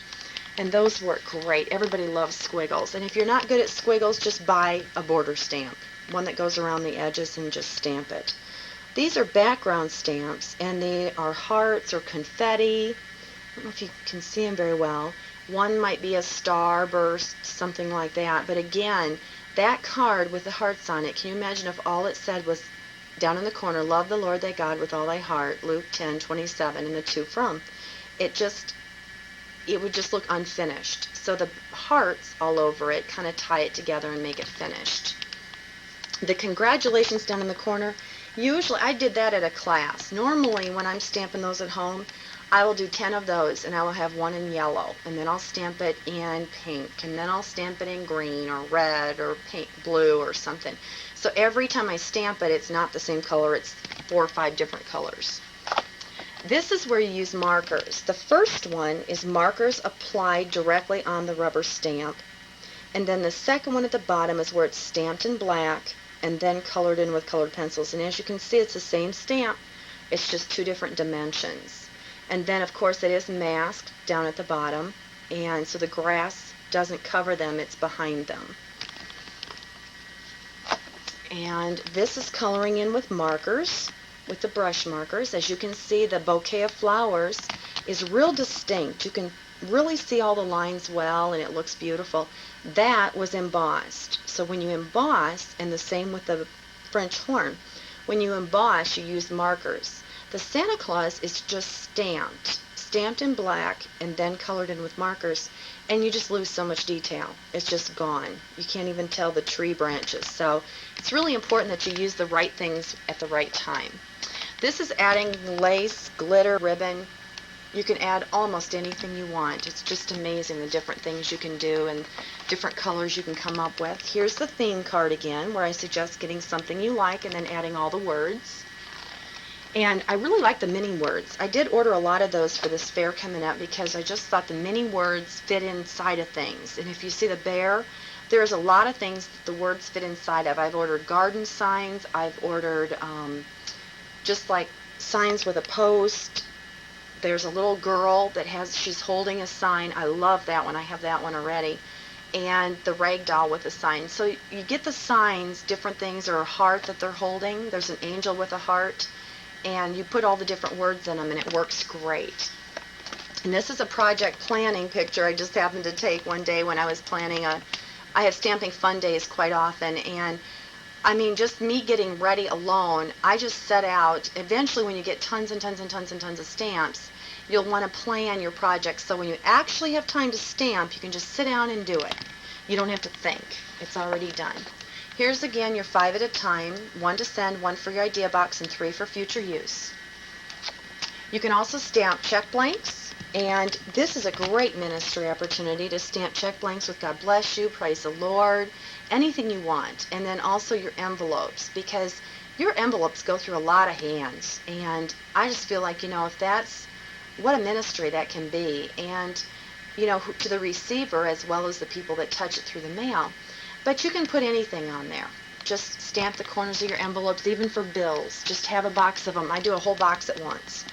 These are stickers again, just all different sizes. There's the little garage sale stickers and the bigger ones, 1 3/4 inches, 1 1/4. These are bookmarks. You can actually purchase bookmarks from me with real tassels if you want to. And I do purchase those, and I do use them occasionally. They're a glossy cardstock, all cut, punched, everything. All you have to do is just stamp them and send them. And then the others are the ones that we've made. And then there's gift tags. And the gift tags, actually, I have used this. A lot of this is just linen paper, stationery weight, just inexpensive paper that maybe I used part of it for something, or I cut it in half, and you can just use it, because usually gift tags don't stick around. These are all different letters, like letterhead, just typewriter paper, computer paper, just stamping borders on them. I did that for my mom because she does a lot of computer letters, so I thought that would, she sends a lot of letters, but she doesn't write them. She just types them, so this would be something good to use. And then go ahead and do the envelopes to match them. And on those, we did just one corner. She didn't care, but the first ones I gave her, I actually did the borders on them so that they matched and everything. And recipe cards, I ordered a couple of recipe card stamps this time, and I just think they're beautiful. I love them. I use them all the time when I have people I give cards to or recipes. These are Post-it note. Just stamp the corner. See how easy it is? Stamp a border. They're great for teachers' gifts or for Bible school teachers and things like that. These are memo pads, and I have one girl that she buys them from me all the time just because she doesn't like to stamp, for one thing, but she loves them because they have the lines on them, and she can actually uses them as stationery, and then she just drops them in the mail to people, just all different patterns.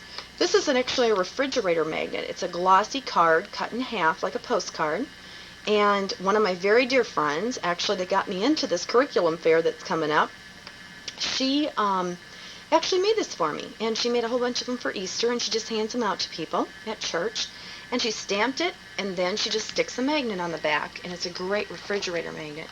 These are some ideas that you can make for gifts for birthdays. Even for men, I still send men cards because I just feel like, they probably have friends that they want to send something to, or a thank you note, or maybe somebody they work with that they want to send a birthday card to or give them a birthday card. They would have these then, and they're made or tailor-made mostly for men usually. And in this case, this was a bachelor's, so I just gave him a variety of different things, and I took the box, the holder to put them in is actually a cake mix box or a stovetop stuffing box or something like that. You just cut it in half, stamp your paper, and glue it on with a glue stick, and you might have to do double layer depending on the thickness of your paper. And then you can personalize it, and they have a holder for their cards. Then, the next year, I went ahead and used tins. I got some tins at Hobby Lobby for all the women. And I put stickers in there and cards, and I put this book belongs to stickers and gift tags. And then the next year I used gift bags, those little gift bags I was able to get really inexpensive. So those are some different ideas. There's the Christmas ornament again. I also do a lot of gifts that I do lettering on, and you can use just an assortment of different things. That was a baby card in there. And here again is the gift bag. Just put a bow on it and you're ready to go. One of my hostesses is a pastor's wife, and she does a lot of luncheons, a lot of teas and different things. And she just goes to get plain napkins, and then she uses a color box pad with the stamps, and she stamps her own napkins. Isn't that cool? I just think that is so neat. And then this is actually, I can show anybody how to do this. It's very easy to do. And it's lettering, but I do Bible verses, and then I stamp borders and frame them. And I usually do like housewarming, congratulations on your house, confirmation day, baptism day, wedding day, that kind of thing. I take one of the Bible verses that they're going to have read at their wedding, because most people never remember it. I know I don't remember ours, and I haven't had a chance to go back and figure out what it is, but I would like to one of these days. And I also like to do just Bible verses just to have them, where I can hang them around my house for my children to read, and just do different borders and different things, and then put them in like a $2 or $3 frame from Walmart, and you've got a beautiful gift to give. And then wrapping paper. I do this a lot. This is all paper from packages. When you get packages in the mail, or you buy a purse and it's got stuffing in it, just take it home, flatten it out. You can iron it. I have ironed it before. And then just stamp it, and it works out great. Next, I'm going to show you what to do, how to store your stamps.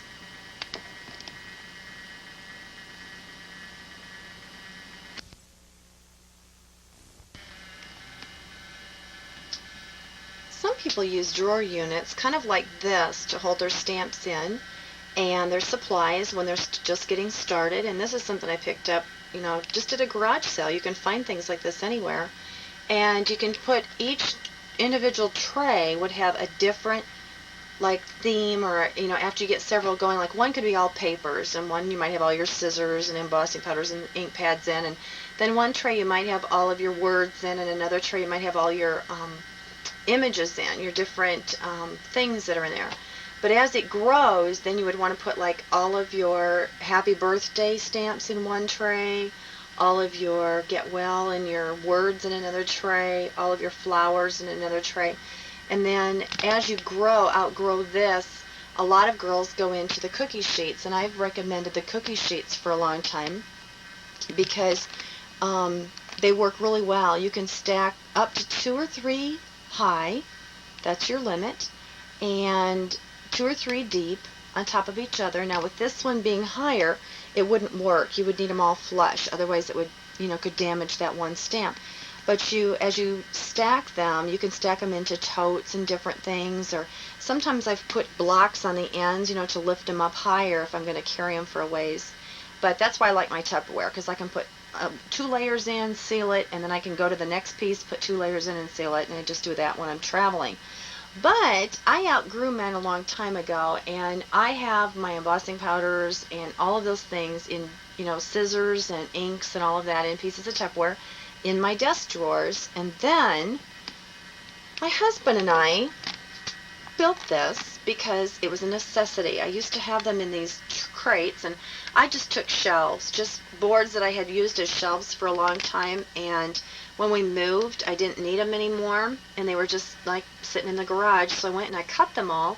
I had already had contact paper on them, and I just measured and cut, and I already had the crates, so I painted those white. And these work out really, really good. Then I went and the last thing I bought was to put them together in a unit and put casters on them so it would roll around. It doesn't roll real well because it's so heavy, but it rolls enough that I can get it out of the way when I need to. And I just bought a piece of laminated board, for shelving, and we cut that for the top section, which is an added section from the bottom section, and then put one board on the bottom for support, for stability. And actually, my girlfriend really loves it, and it doesn't look fancy, it doesn't have doors, and it's not real, but it's very inexpensive. I think this whole thing, probably cost me a total of, well, I went and priced the casters today, and I have 5 underneath there, and they're $2.25 each or so it's around $10, $11 for the casters. The board, I think, is probably $15, so you're talking $25 for that. The cookie sheets, I go to Walmart, buy the cookie sheets. They come in 3 sizes. If you look real close, there's a small one, a medium size, and then the big ones on the bottom. And they come 3 for $3. You have to dig for them. Sometimes they're way up on the top, but they're a set of 3, just cheap aluminum cookie sheets, but they work great. And then I spray paint them white. I have quite a few I haven't done yet, but a lot of them are done. And as I said, in each one, in particular like this one, is all hearts. So that's all hearts in there, and I know that. This one here is all my quilting stuff. And this one here is all my birthday stuff. If it has to do with birthdays, it's in there. And then I have some with animals, and I have some with the beach. This one has baby stuff in it and teaching stuff, because I used to do a lot of teacher gifts when my kids were in school. This is all sports stuff and guy stuff, you know, toolman and fisherman and stuff. These are all thank yous and angels. So you kind of categorize them how you want to.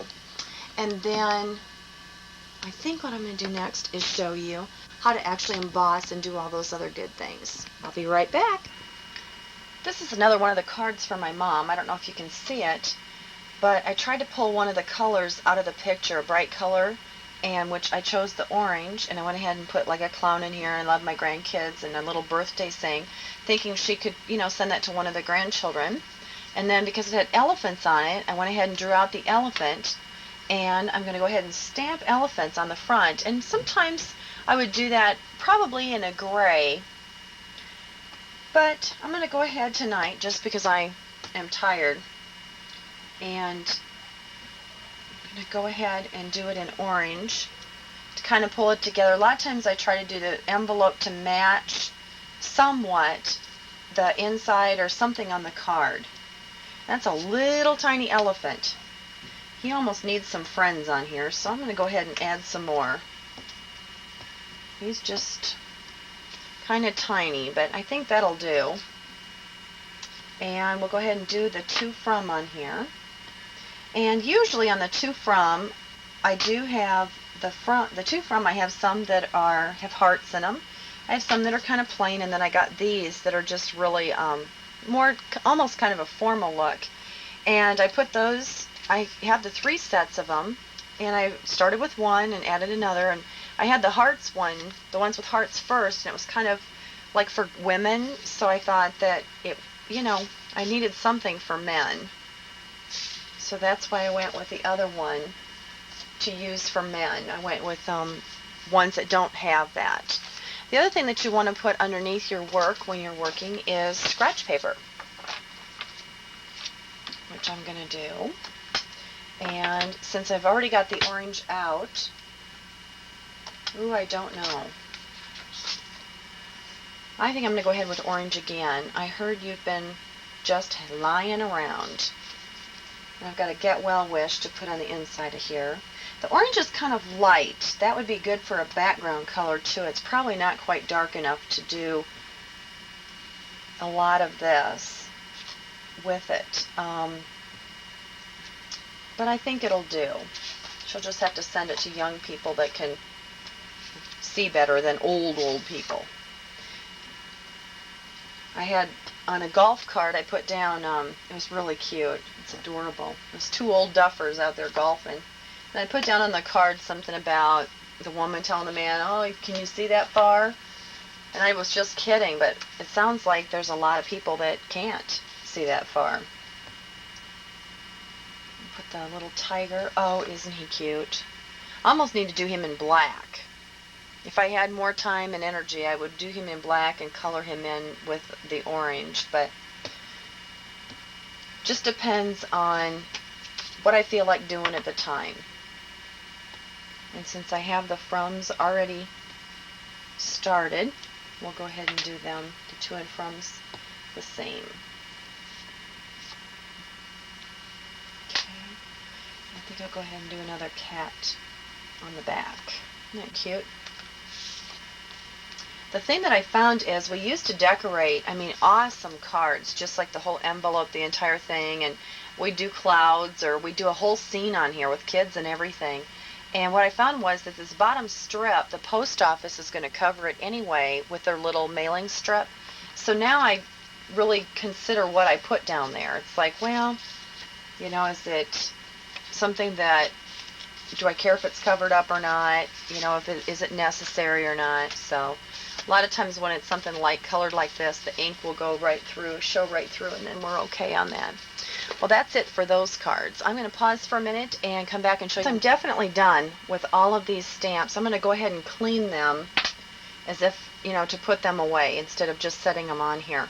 A lot of times I do them on my hand because they can conform and get all the edges around it, and it just seems to clean them really, really good. And as you can see, it's really easy. You just clean them, and away you go. I'm probably going to lose parts of this because the tape recorder or the video camera will usually reverse itself when I stop, so I'm probably going to lose bits and pieces here and there. So I may just leave it running, and you may have to just fast forward through the boring parts. And I hope you do that with all of it, actually. Fast forward through the parts you don't want, and watch it over and over again, and maybe learn something new every time or whatever. Let me show you how to score cards. This is one thing I was going to do. A lot of times I use a sharp pair of scissors. I have embroidery scissors I use a lot. What you do is you take your card and you just fold one in half. That's all it is. You just fold it in half exactly. Then you just stick one in here up to the edge. Have a piece of cardboard underneath you. And I've tried letter openers. I've tried sharp scissors. I've tried all different kinds of things. We'll try something new tonight. I haven't done this one yet. You just run it along there. Yeah, that's crooked. That's not a very good. And then you just fold it, and it does okay. I mean, it makes it a really neat crease, which is what you want, especially if it's cards that you really want, to give someone really nice, or you're trying to, do your best on them or whatever. Let's see if I can do that one better. Straighter. Fold them, and sometimes I of course go back and try and get them just where I want them, because that kind of helps, but it doesn't mean it has to be on the fold. You can go back and straighten it out, because a lot of times I have them crooked. And a lot of times I like to put that little bit of an edge on the front. Remember, we learned that in school, we're always supposed to put that edge on the front. So I do that. I think I'm going to go ahead and start with the embossing. I have kids that need to go to bed, and I can stamp all night long if I have the embossing done. One of the things that I'm going to do with, embossing, I'm already on to the layering. I'm excited about that card. Let me check the embossing. Oh, I know. I'm going to do the baking bunnies.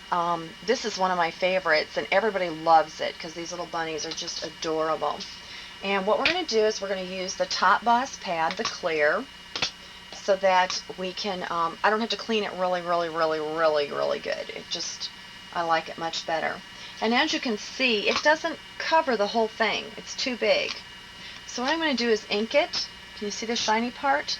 What you're going to do is you're going to look for that shiny part on there. Make sure it's shiny all over so that you make sure you get it all. And you want it well inked. And you don't have to push it through the floor or anything, or through the table. Just make sure that you got it all the little parts and everything. The corners, because if you miss it, it will not emboss. Okay, then you center it on your card, and remember, wherever it lands is where it's going to stay. I usually use my little fingers to hold it down to kind of guide me so that then I eyeball it as close as I can to the center, and sometimes I move it up or down depending where I want it, and then just push evenly.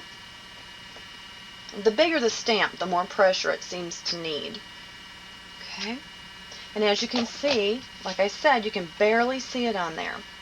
Normally, I have already prepared a folded piece of paper. And that's because that's my funnel. And for the scratch paper, last year, my kids, when I went through their school boxes, because they were in public school, I had so much paper that was just throwaway. So I kept it all, and we use that for the scratch paper under stamping projects. But as you can see, I either missed a part or it did not ink very well. There we go. And what you want to do is keep a handy dandy little brush like this. Okay. And clean off all the little flecks around it. You want to make sure you don't touch the image. If you touch the image, then it's not going to stamp. Now this one here on the corner, if you can see that, it did not ink there worth anything. I mean, it was just like I either took too long to get it down or something. Then what we want to do is plug in my heat tool. Guess where it is? Upstairs. I'll be right back.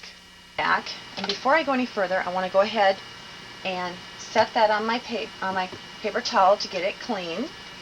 And, oh, I better put this away before I blow it all over the world. Go ahead and dump that. Normally what I do, it just comes right off as you can see. Normally what I do is I would ink and powder one of these, and then I would do another 2 or 3 or 4, actually sometimes up to 5 at a time. Then I go back and I heat all of them at the same time. And it's really loud, but I'm going to go ahead and show you how this works.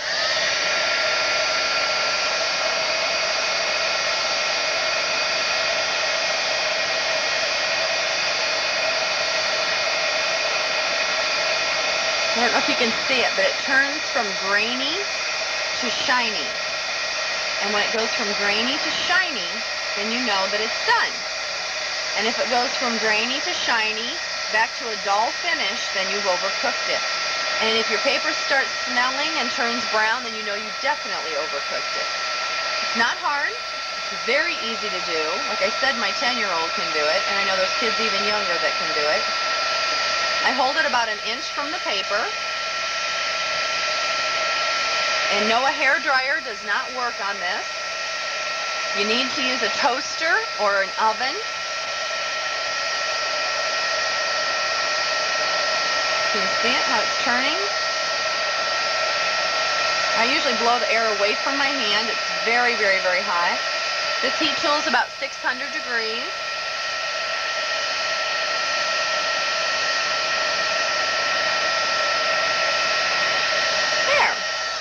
And you just kind of check it in the light, and you can see if it's all shiny or if it's powdery. And if it's so powdery, then it's not done.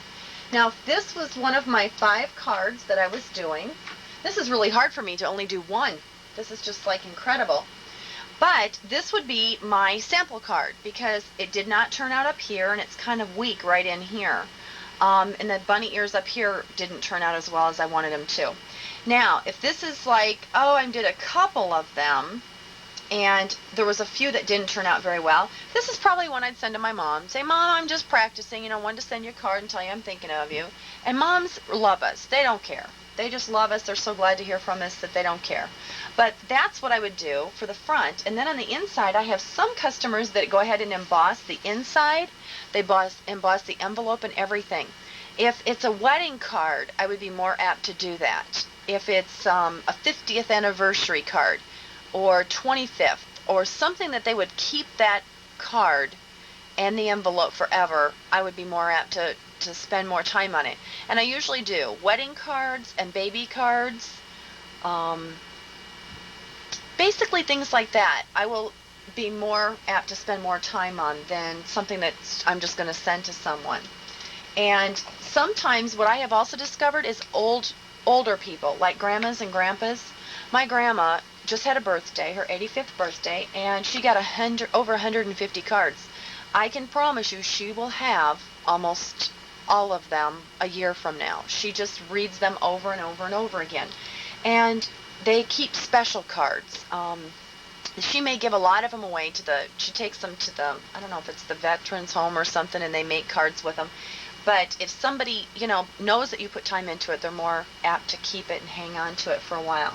Some people will even, like with Trisha's idea with using it and making a magnet out of it, I've done that many times where I've done a special card and I go ahead and I cut it out actually, or just leave it this way. I go ahead and glue a magnet on it right then and there.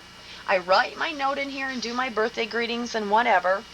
And then I usually put an arrow up here that says cut a long line and hang on the refrigerator. And that way they have a magnet, a refrigerator magnet, that's really beautiful. So that's an option. Sometimes I cut them out with the decorative scissors with the magnet on it, and I still keep this, and I write my note on there and stick it together, just as if it was together. So anyway, that's embossing. Isn't that great? And it's so easy to do. A lot of times when I emboss, I leave it this way. I don't feel like it really needs a whole lot more. You could go back and color it all in with markers if you want to. It would be absolutely beautiful if you did. It's a time issue. Just depends on what kind of time you have. That's why I like the rainbow pads so much. The rainbow pads add the color for me. I don't have to do it. But this one, actually, I don't think I've ever colored this one in. It's one of those time-consuming things I just haven't done. And I would be more apt to do red or do a color or the peacock glitter. There's a peacock glitter that's really pretty, or blue pearl, where when you do it, it's kind of like this. It gives so much of an effect that I don't want to add more to it. Sometimes we have discovered with stamping you can overdo it. You can do so much to a card that it's really ugly. Normally, well, any other time I would go ahead and put in a verse, something to add to it. I would go ahead and stamp my things on the back, and then I would go ahead and do an envelope. But for time purposes today, I'm going to go ahead and go on to the next thing.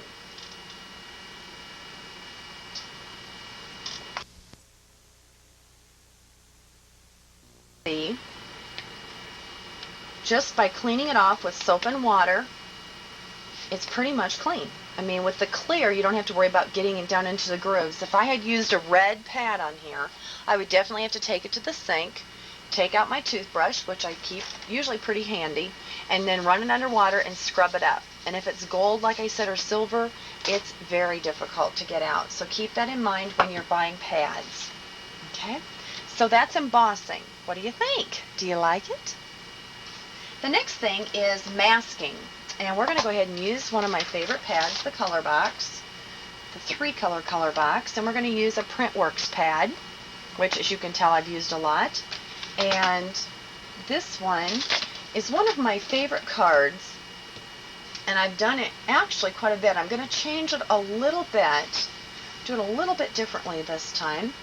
What I'm going to do is go ahead and, again, that's why I love this pad. It's raised. Go ahead and ink it. And this is just a dye color. I mean, it's just a blue. I'm going to lift it up, kind of. Normally I would center it more, but I want it up higher because I'm going to go ahead and cut the bottom off. I'm going to go ahead and do that now so I don't, well, let me do this other part first. I do that, and the next thing I like to do is go ahead, sorry, my arms are in the way. The next thing I like to do is that 3 hearts that I absolutely love. It's very hard. This is from DJ Inkers, and I order from them occasionally.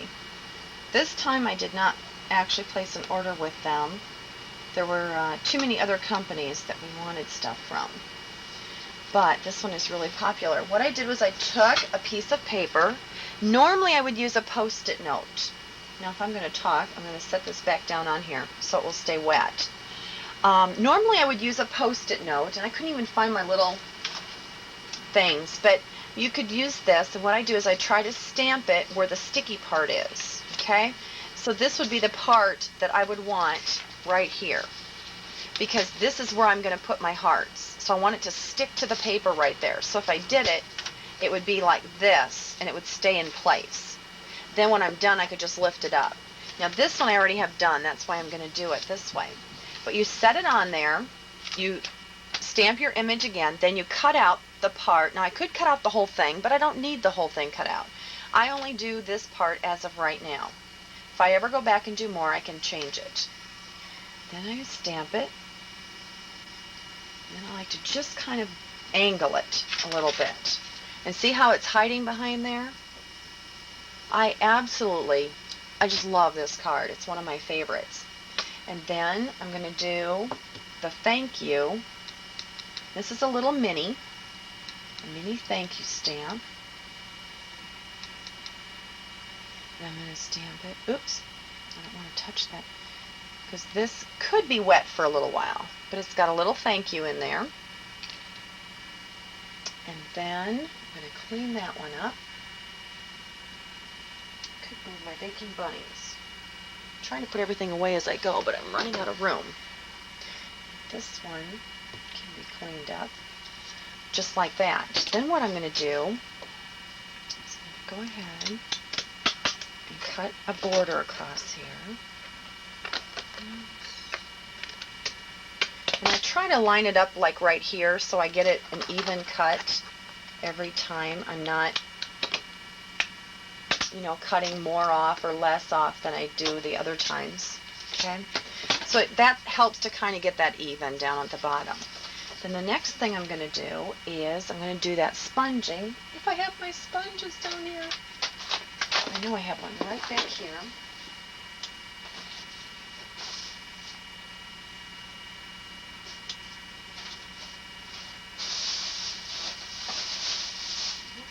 Thought I saw one.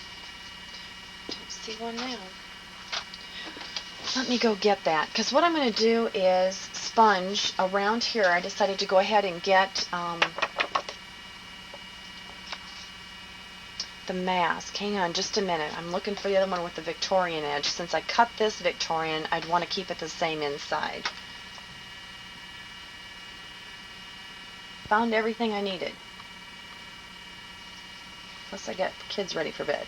Pretty good, huh? Okay. Now, I'm just going to try. I still think I can probably do this. Just going to mask that other side too. See if I can get that to work. It's quite a trick. And normally, I would do a lot more coloring in, you know, like blending and stuff, but this looks like it's going to turn out really good. What do you think? It's kind of cute. It gives it that border around there. And it's something that what I wanted to have happen. Perfect. See? It did it down here. And that was my goal. That's what I wanted. Otherwise, I would have just done sponging down on the bottom, but I thought that would give it a little something different. And then I'm going to go ahead and put this on the inside and do it the same color. For he shall give his angels charge over thee to keep thee in all thy ways. Most of my cards, I go ahead and put a Bible verse on the inside. I did not for a long time, probably several years. And then in the last year, all of a sudden, it was just like God opened my eyes to realize that, you know, when you buy Christian cards, they'll have a Bible verse on the top or on that left side. And I thought, well, why, you know, I might as well put them on there. And so I started putting them on there, and I love it. It's like it gives me a chance to use my Bible verses just like that, and it kind of finishes it off. And then it's just a note card that says thank you, so you could write thank you so much for whatever. But what do you think? Cute, huh? It's a new design of a card. Creation, new creation right before your very eyes. Then on the envelope, I'm going to go ahead and do an envelope for this one. Show you what I do with that. This one. Oh, I know what I'm going to do. I just remembered. A lot of times I do this like down in the corner, and I'm going to do it on the flap this time. Back, like this. Okay. And then what I'm going to do on the front, and I've done this, and it is so cute. When you do this on the inside or on the front of the card, even on the front, go ahead and do it on the envelope, and it is just beautiful. Just center it. You can tell I like to sponge. Just center it on there, and just lightly dibble dab it. It almost looks like it's paint splatters or something like that. Now, if it's not dark, like on here it's not dark, we may not tell what that border is, that Victorian edge, but that's okay. If I wanted to, I could make it a really dark border. See, it almost looks like it's just a wave, like a wavy edge, which is okay. And then the to from, I'm going to put on here. I think I'm going to do something different and do it in the pink. You know, when you have something like angels that's pretty feminine, you can get by with pinks, which is kind of nice. You can do any color you want to. And then I do have a special little heart. And I think I will put a little heart down here in the corner in pink. I think I like that. There. You know what? It's not enough.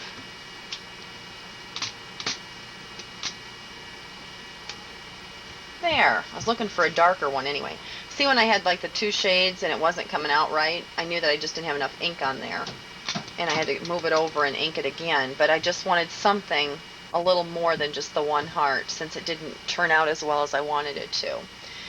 But anyway, that'll give you some ideas on there. Let me get these cleaned up quick. And see, there's usually sometimes down in here, now if this would ever ink in here, that's where you would want to cut it out. But it never bothers on here. I've never had it actually do that. Now another option is, like if there's, you can see there's blue down inside of here, and it didn't come out, you can, there. A lot of times it just needs your fingers down in there to kind of get that ink out of the grooves and everything. Just like that. And all else fails, go stick it under the sink, you know, under the faucet, and do it that way. Okay? There. Same with that one. Just kind of pulls it out of there.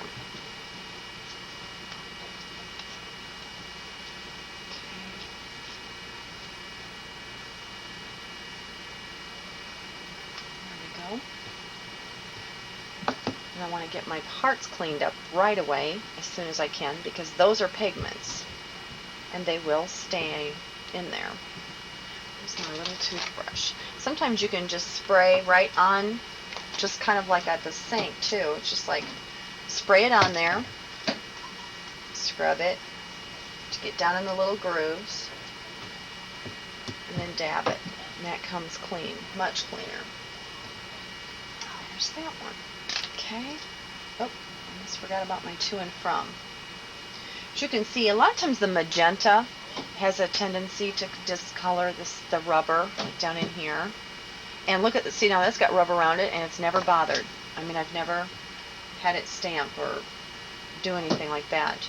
Now this one, when you use the minis, if you will notice, that's got the magenta or the purple, the berry color, and that dyed it. And you can see where the ink hit all three corners there. A lot of these, what I have done is I go back and to trim them. Now, a lot of the ones you're going to get from me will be like that because they're very inexpensive. You know, they're not paying for someone to cut them out. So you can take a pair of really sharp scissors and cut it, and then cut it. You know, but the problem is you need to make sure it's really sharp and that the top is even with the bottom, that you get a really good cut, because otherwise this will be bigger than this, and then there's nothing to push it down. You need a real steady surface to get it to work right. So I have done them where I've shortchanged myself and it didn't work. So that's why I'm not going to do it right now, because I don't have the right scissors to do that with. But you just have to make sure you don't rock it. You know, I didn't get any images on there, but I had a really good chance of doing that, of getting them on there. So anyway, that card's done, except for my little thing on I put on the back. But isn't that neat? You like that one? That was masking. We did the masking here. We used a three-color box, color box, and showed you how to do the three different colors. We also did sponging, one type of sponging. And also this is considered masking. When you set that on and go around it with sponges, that's considered masking also. So those are all done. Then we go on to the next thing. And the next thing I have down is using the brayer. And the brayer is something I have not had a whole lot of time to work with. I've done some work with it, and I want to do a whole lot more. But some of the tools, that's my problem. I have them all over my office, my craft room, so I don't always think about them. This one, as you can see, has a lot of color down in there. I don't even know if I'm going to get it out. Sometimes I just let them soak, just like that, too. Spray them and let them set. And that's what I'm going to do with that one. The next one that we're going to do, I bet I can even move these stamp pads and put them away. The next one I'm going to do a sympathy card, and I do this a lot. I usually do the two of them together. And now if you notice these are from Stampendous. All these are from Stampendous. Actually, these I have arrows on because this one is crooked. It's mounted crooked, and I need to lift it a little bit that way. Then this one is crooked also. I need to lift it a little bit, and it's more crooked than the other one. So this one I also have rocket on there, which means I do need to rock it, because obviously one part of it does not stamp like it should. And I don't remember which part, but I just remember I wrote that on there so I wouldn't forget. I think I'm going to go ahead and do the brayer on the pastel pad, because I'm going to use an ultramarine color on here, and I want it to show up. since I do not have the energy, the patience to score them, you can see they're okay. Sometimes they score really easily and okay, and other times they don't. Just depends.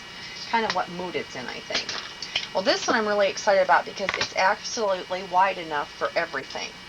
And with this, it's going to be really cool because it will have all the color on it. I mean, I won't have to worry about it. The whole key to remember is that you're going to go not back and forth, but you're going to keep inking and inking and inking it till it's full. Okay. I think I'm even, yep, I was pushing unevenly. I wasn't getting enough ink in the middle. Okay, so I wasn't getting enough ink down there as I was at the top. Then the next thing we're going to do is we're going to run it on there just like that all the way to the end, and now you can see that it's got a ridge in there, and that's where I'm going to that's where we kind of like smooth it out. We just keep working it in until, usually you wouldn't have those lines if you did it right away. I think that's the key to doing that too. Okay. Working that in. And I think what I'm going to do, I can't remember what color that apricot was. Let's see if I can get enough on the end, just that end,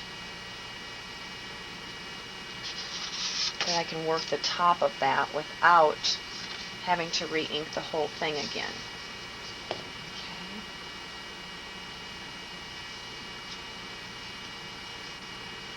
Okay. As you can see, it doesn't always kind of quite work the way you want it to, but if you keep working it in, the whole key is just rubbing it back and forth and back and forth. There we go. Needs to be about a hair longer, doesn't it? That braider's just about half an inch too short. But as you can see, that's what a brayer does. And then you just, to clean it,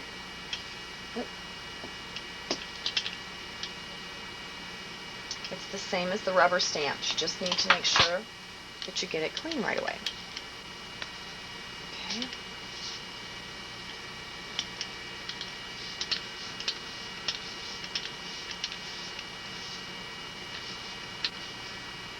I'm going to be ready for a new paper towel here in a minute.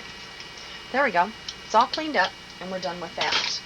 Then, because it's in the pastels, and I wanted the blues because of the lighthouse, what we're going to do is we're going to go ahead and, boy, are you getting your money's worth.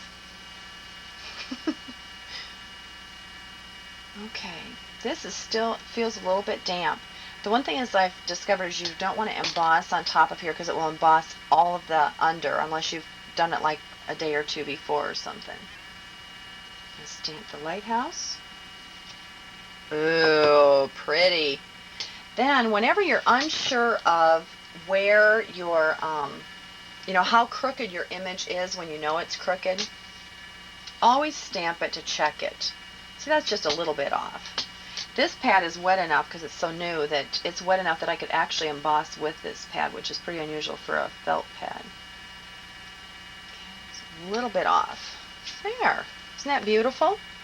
And it's so simple. I mean, I love making these cards. Usually I do it on just white, you know, the lighthouse and with sympathy.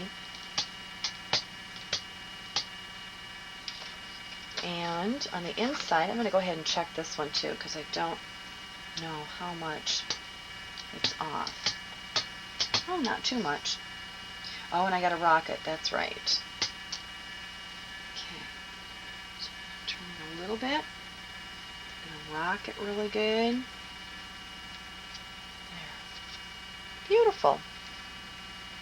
I love it. But anyway, that's using a brayer. Kind of gives you an idea of what you can do.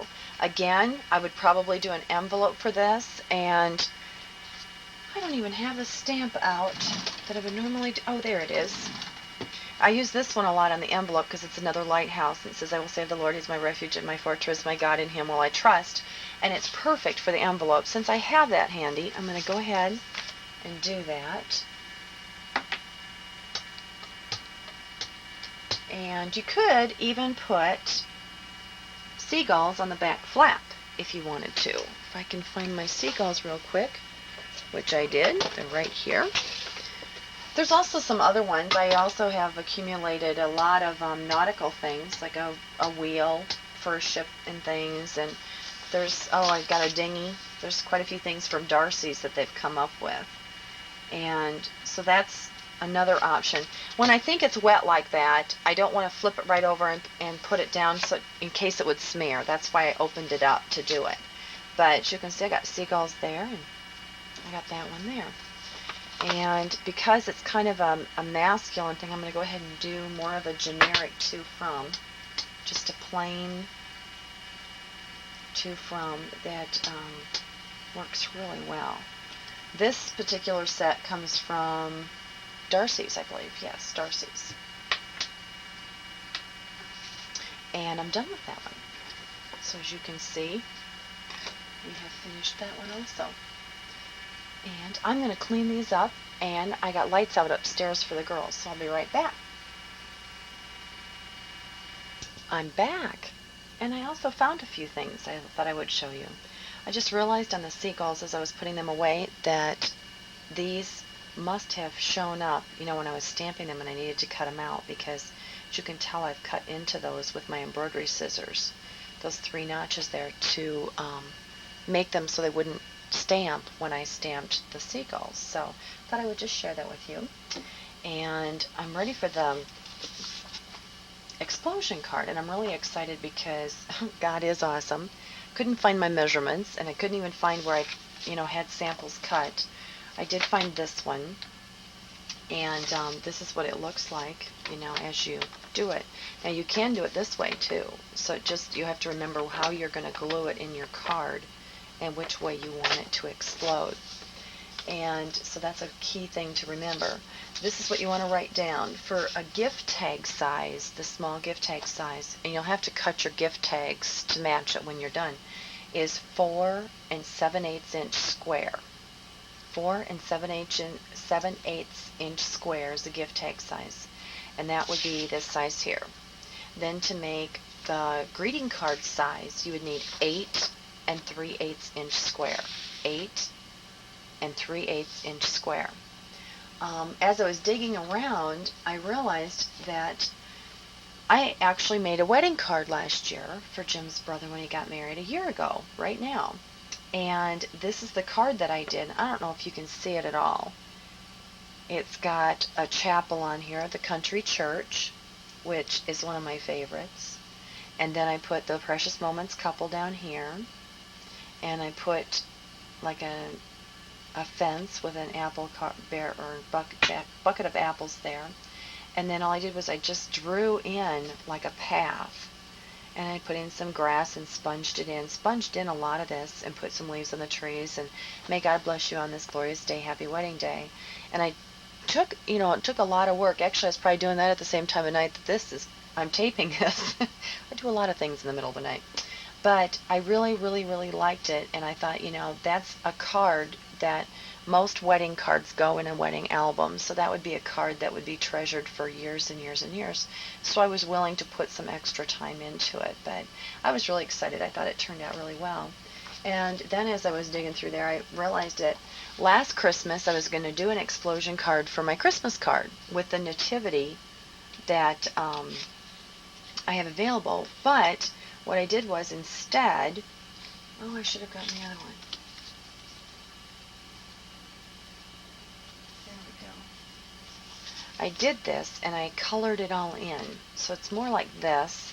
And I had some old floss from different projects. And then it goes like this. And I had the girls write in the Bible verses. And so it tells the story of Jesus' birth.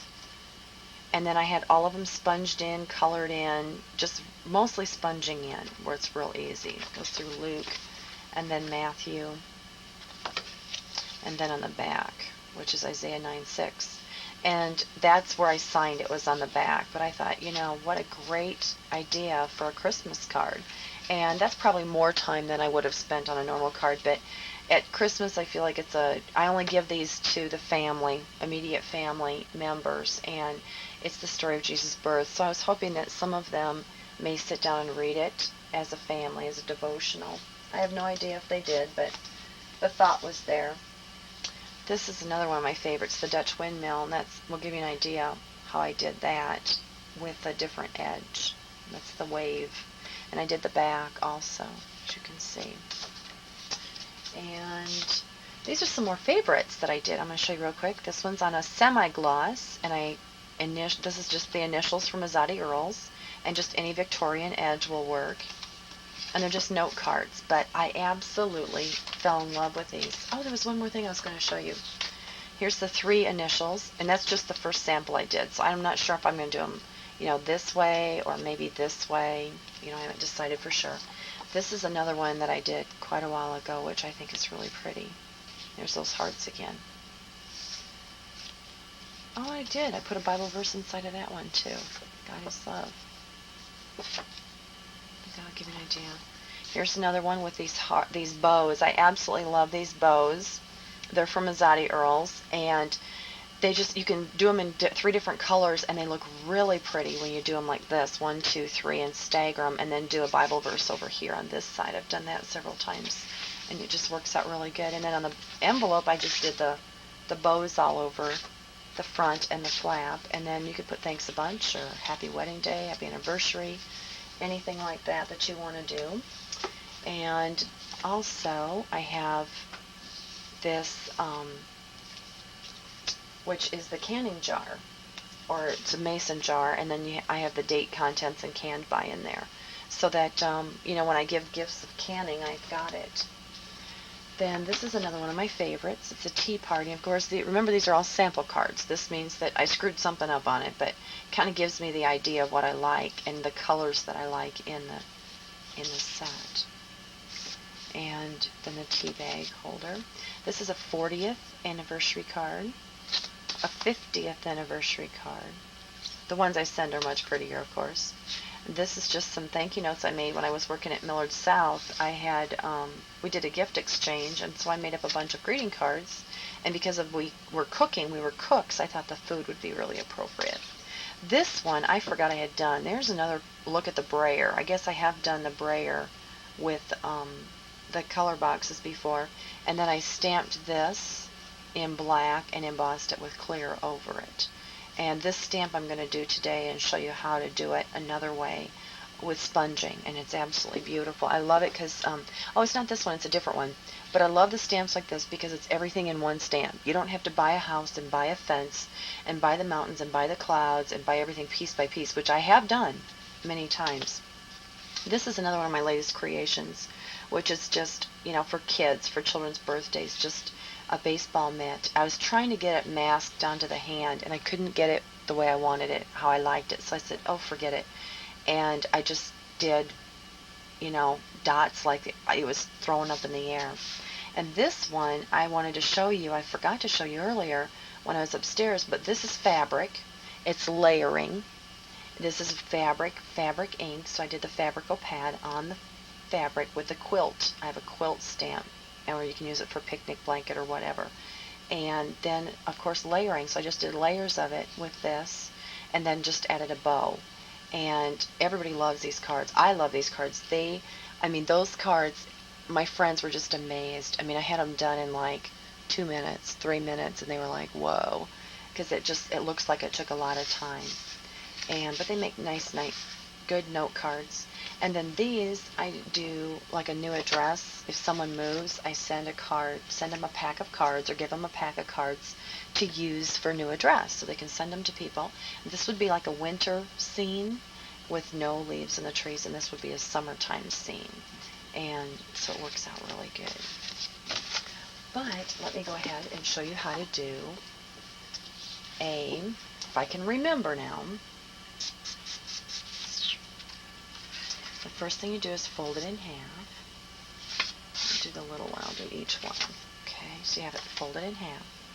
Then you open it up and you fold it corner to corner. Okay.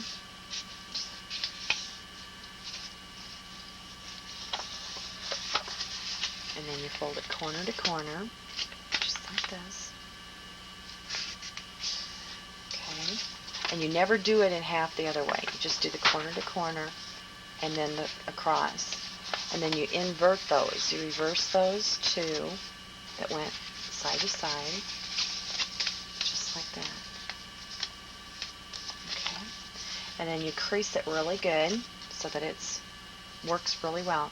Then this is the part that you can do either way. You can either turn them in like this and fold them, or you can turn them out to the center and fold them.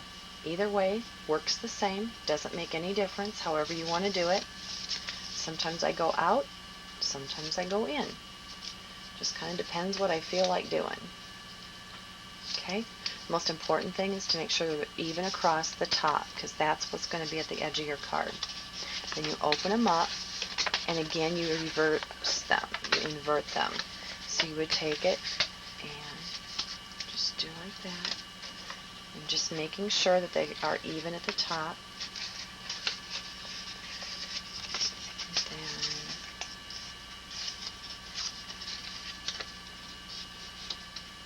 just like that. Now sometimes when you're going to do an explosion card, if you know how you're going to do it and what it's going to look like when it's done, you can go ahead and stamp all of it first. You can stamp the whole thing, and that way you don't have to worry about the creases, and you know, if you're going to sponge and do stuff like that, it's a whole lot easier. And then there's your card, your explosion. You've just reversed all of those pieces. Okay? Then you will glue this half and this half inside of your card so that when it opens up, it would just go like this. Okay? Now I'm going to do it again with just a scratch paper to show you. You fold it in half across, and it's got to be even. That's probably the most, and this is not going to be a square piece of paper, so this is like, I just kind of cut it off real quick. And you open it up, go corner to corner, and line it all up again. Go corner to corner, and line it up again. And then you reverse the two. Okay.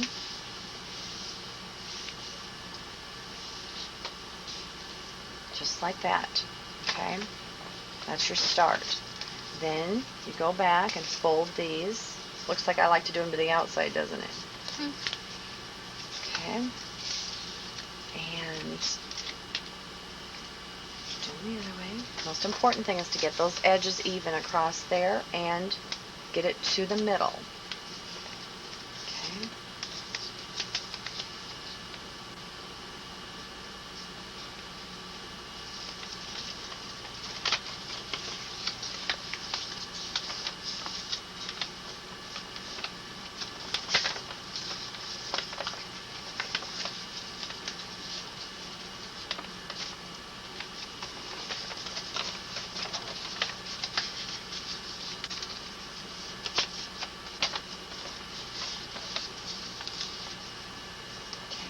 Just like that. There you go. See how easy it is? And first time I heard of an explosion card, I thought it was full of confetti and it was really a mess and it was going to be awful. But it's not. You just, explosion. You know, everybody thinks it's going to be full of a mess, but it's not. So that's kind of fun. But what I'm going to do is go ahead and show you how to glue it in here. And, oh, actually, let me go ahead and do the card first. On the front, I'm going to go ahead and do Sewing Sue, and she is a favorite of so many people. Actually, because it's pretty dark paper, I think I'm going to go ahead and do it in the blue. Yeah, I'll probably maybe do some coloring in or shading in on her later. Depends on what kind of time I have. This would be a good dark color to put on the front. And line it up and stamp it. Again, just press evenly. Make sure you get it all, and then lift it. Okay, it's a good dark image on there. Then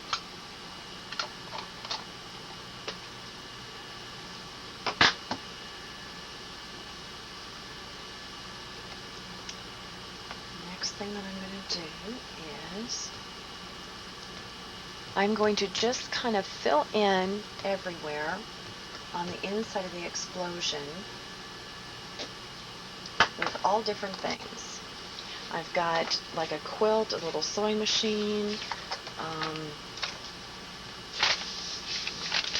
I've got a background stamp. I'm going to show you how to use a background stamp.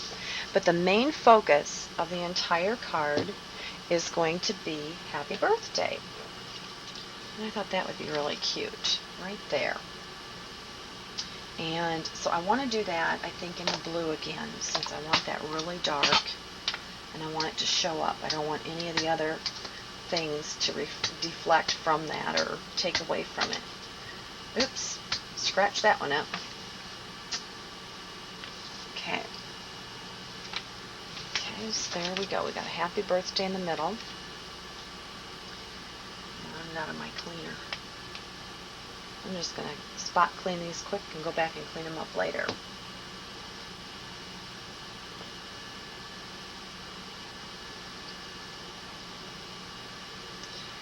Then the other ones I think I'm going to go ahead and do in, what colors have I got in here? A lot of times with a background stamp you want to use really light colors like a pastel pink and like yellow. A lot of these colors that you purchase are really faint. You can hardly see them. This peach color is really, really light. That's another really light one. The lilac, the lavender is another really, really light one. So when you do the hearts, like the heart burst in the background, I'm probably going to do those with like that baby pink or something, just because I don't want to take away from it, but yet I just want it to be there kind of faintly. And I think I'm going to use my good old trusty cornflower blue. Got a scarlet red. I need a green. I cannot find my green. Got blue.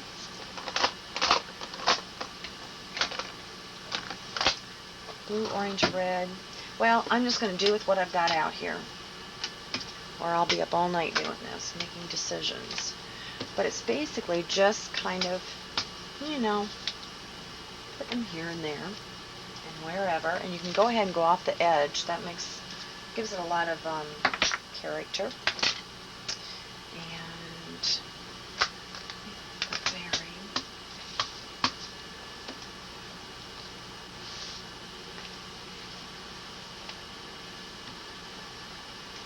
Okay. And the fabric. I love this stack of fabric. The fabric in that little sewing kit I just did are from Delafield. And that's a doubles company, so it's getting pretty tough to order from them anymore. Ooh, I like that. I like that a lot. I need some more color in there. I need some green, don't I? But I don't have it. So I think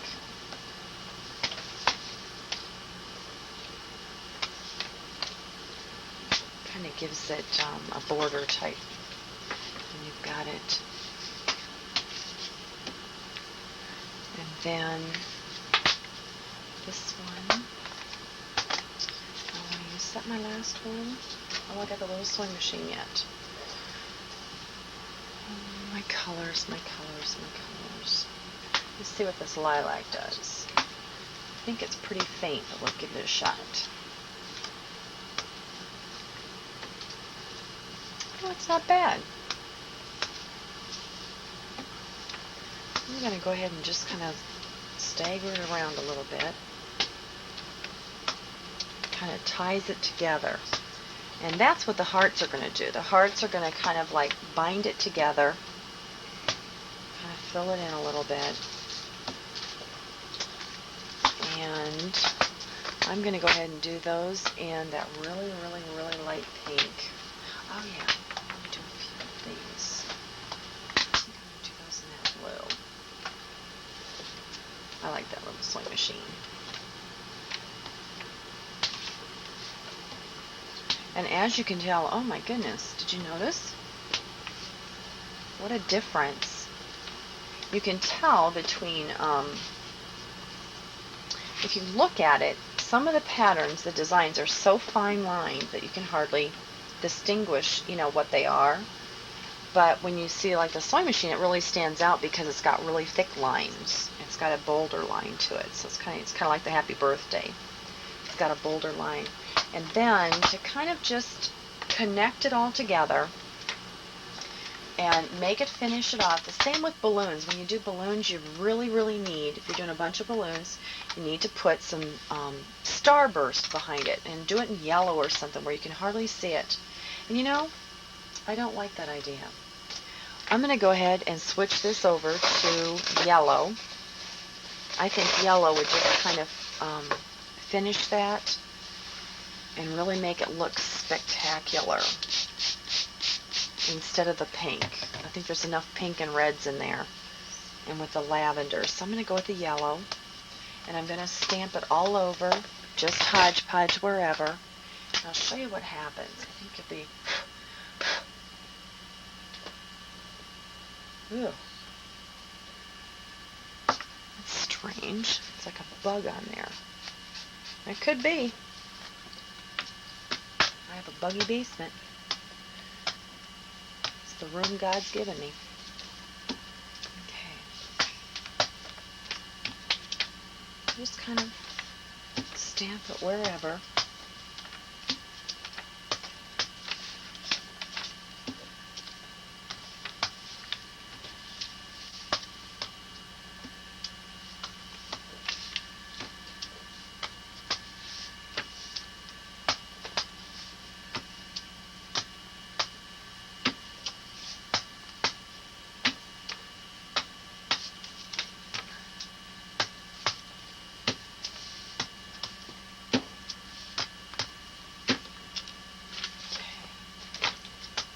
I think that'll just about do it.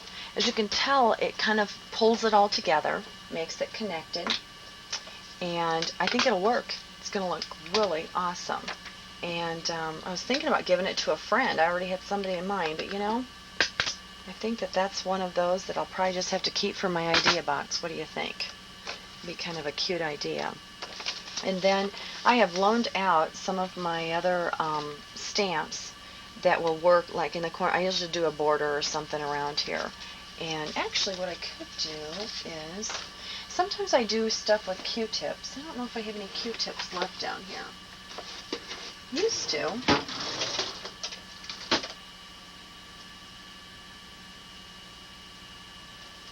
Sometimes I use Q-tips or cotton balls, whatever I can find, and do some sponging around there. I was going to go ahead and do, I probably will do something, a little something to add to that by the time I get done with it.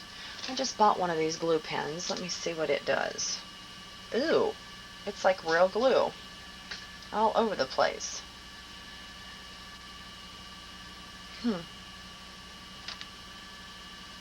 I don't think it's supposed to do that. It looks like there's a cap down in there and my children have gotten into this.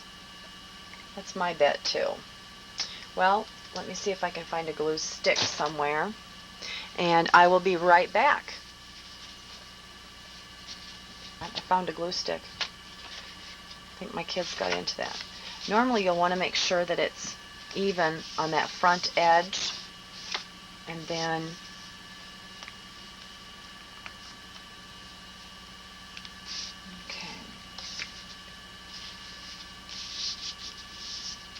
back edge.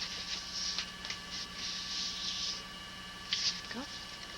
And then it's ready. Just when they get it, they open it up. Oops. Just a happy birthday. Cool, huh? Something pretty different. Something unique. Something different and unique. Since that one's going to go in my idea box, I'm not going to worry too much about, what it looks like as far as the envelope and finishing it. Actually, I know exactly what I'm going to do. I'm going to go upstairs later and get that Victorian edge, that cutter, or maybe the corner, or actually this will work too. all I have to do is just do a little bit of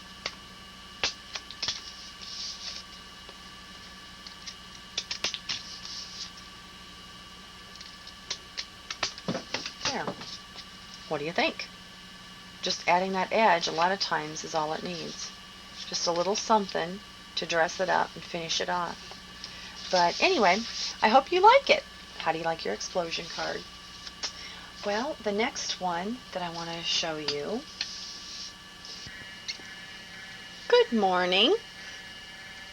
I just have the girls stamping for me this morning, my children, and I wanted to show you. I ran across this stamp, and they're going to do a quilting stamp, and I ran across this and realized that this would be a great opportunity to show you how to trim out excess. When she stamped it, this corner gets extra ink. So you get out your embroidery scissors and just cut it away is all you're going to do. And you need really sharp scissors with a point, because sometimes you need to use that point. And once you've cut it away, just like that, then you're able just to lift it right off. And that way, when she stamps it, it won't get this corner. You won't get this part up here. So that's how you trim them out. It's not hard to do. It's just something that sometimes it just needs to be shaved off a little bit. Anyway, I thought I'd take a break and show you that. It's a new day, and I'm not so tired right now. So hopefully we will get the rest of this video done, and it won't bore you to tears. Just remember to always video or fast forward through any of it that you're not interested in. Anyway, I'll be right back shortly. What I wanted to do is show you real quick how how you stamp on the stickers. These are glossy stickers that you can get from me, and they come in a pack of 30 for $1.95 if you're interested in them. And what you do is you ink, and this says this book belongs to, and I love to give these as gifts. What you need to do is kind of like pull them apart so they're flat, so that when you stamp on them, they don't move, which is really, it's important to make sure that you get them flattened out. Hold one side down and the other, stamp it, and then lift it off. If you don't, they will smear, so it is a little touchy. You just have to kind of work with them and do some praying. Ooh, I did it. Anyway, those are beautiful glossy stickers that are very elegant. You can use them for Christmas gift tags. You can use them for almost anything. I'll be back. My sweet dear husband. The next thing I want to show you is this mason jar, which I really like to use. And then sometimes you can find a date, contents, canned by, or just write it in if you want to, which, I mean, I just happened to run across this one. Otherwise, I wouldn't have it. But what I found was that you need to use a color box that's permanent. I did this last year, and everything that I did ended up bleeding. It was like, oh yeah, duh, I guess I could have used a color box and didn't even think about it. What I wanted to do was show you that, you know, if you can tell, it only inked up to here. So I need to go back, line it up on there, and I could do a yellow top, which is no problem, like that. Otherwise, I could turn it around, which I probably will do. I'll probably clean this. See? Kind of makes it a pretty jar. Now, if I had, maybe I will get a green. You know, I think maybe I need a green. And when I get a green, I would be able to stamp the whole thing and it would all be in green. I like green or something that's a garden-y type color that I can use. But the nice part about it is that when it gets wet, you know, from using it in the kitchen, or because I make pizza sauce and different things and I give it as gifts, that way we don't use the whole jar when you open it up. I mean, you use part of it and then store it in the refrigerator. And that way, what we will be able to do is keep it clean. It won't bleed off of the ink won't bleed all over, so it'll look nicer. It's just a looks thing. It doesn't really make any difference because I've done it the other way for a long time anyway. There. Does that look better? I like that better. So you just ink it from the top, turn it around, and do the bottom. Either that or I could have used one of my big paint boxes. That would have been quicker too and easier. But I kind of like the 5-color. And then the daytime contents and canned by. I think that's going to turn out really cool because, and of course I have a little arrow on there. It came defective, and I need to turn it just a hair. Sometimes if it's just a hair off, they won't do anything about it anyway, so it's better just to do it yourself. Oh, and I also forgot, see, it's off. It's not centered on the block. Well, maybe it is. Maybe I just didn't do it right. Yeah, I guess it is. Sometimes they're on the block, they're mounted off a little bit too. So that's why it's always good to move them over. You know, put an arrow if you have to move them to the side, one way or the other. Anyway, what do you think? Pretty cool, huh? I'm ready for my canning. And then you can emboss on these, and you can also emboss on the glossy ones too. You can emboss on either one of them. I just do whatever I feel like doing at the time. Okay, I'm going to pause for just a moment. I have a Charlotte. I guess another thing that I could show you is that sometimes, you know, it doesn't hurt to just spray this down. Just make sure you don't get off the rubber and onto your paper and whatever else is behind it. Every time you spray, you have to be aware of what's behind it that's going to get wet. That's the only problem.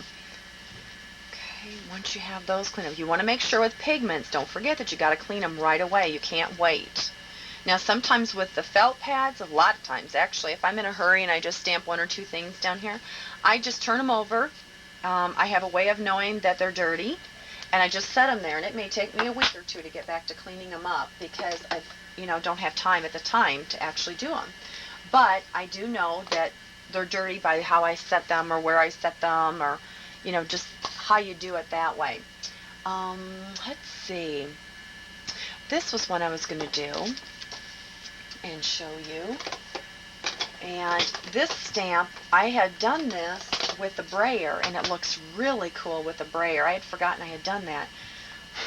But this, I'm going to use the raised pad from Printworks, and I wanted to show you this because I love stamps like this that are all done. Everything's on it. Before they started designing ones like this, a lot of my customers and I bought the mountains, the trees, the rocks, the clouds, everything to make this scene, and it was like $50. And when you add it all up, which is okay, I mean, it's great to do it that way. You've got the size to work with. I really love these because this whole stamp is $10 as of today. And for $10, you've got it all. And then you can add a fishing boat down here if you want to. There's enough room that you could put Get Well Soon, Thinking of You, whatever. It doesn't make any difference. But I'm going to use this today to show you how to do sponging. And all you're going to do is just ink it really good.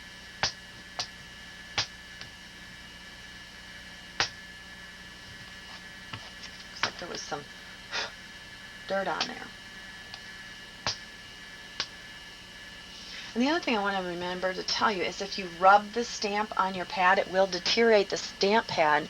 Plus, it doesn't give it a good, it looks like it's brushed on sometimes when you have a bold part of it, the stamp, it will look like it's brushed. It doesn't give it a good image.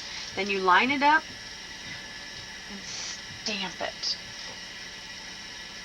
Like I said, the bigger stamps, and sometimes when your pad is running out of ink, it needs to be pushed harder. And then it's pretty much done that way. I'm going to go ahead and do the envelope, make sure that's dry before I sponge it in. I'll show you how to do it. With the envelope, I try to do something that corresponds with it. Like I see the eagle fitting in that picture really well. You could add an eagle to that picture also, which I do have one of those. Usually I do it in a color, but today, since the black is handy, I'm going to go ahead and do it in the black. And do the to from. My eagle's upstairs because we've been stamping memo pads, but I have a little eagle that would work really good on the back. Now this, because I screwed up the to, got it crooked. Actually, it's mounted crooked. And I always forget to turn it. Sometimes I get it right, sometimes I don't. That would be a good one for my sample box, just to put, with the envelope in the card so I knew which kind I'd like to do with it. Now for the sponging. The sponging is really fun to do. And I showed you the makeup sponges before, but I didn't take them out. I realized I was like, wow, when you look at this, you may not know what all that is. But actually, it's just different colors, and I use them for a long time. It doesn't, I don't use them and throw them away right away.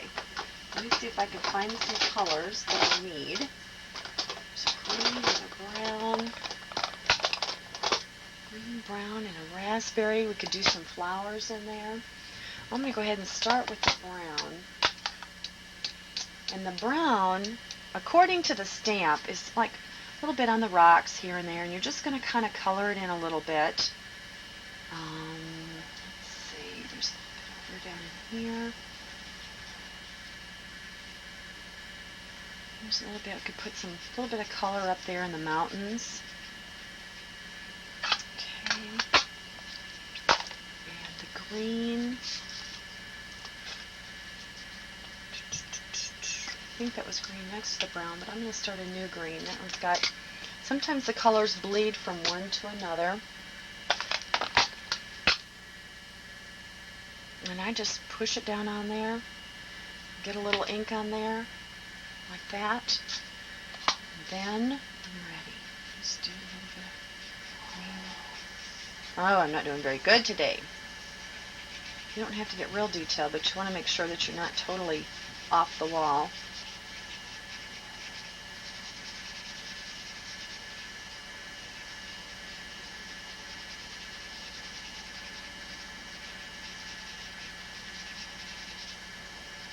Kind of gives you an idea.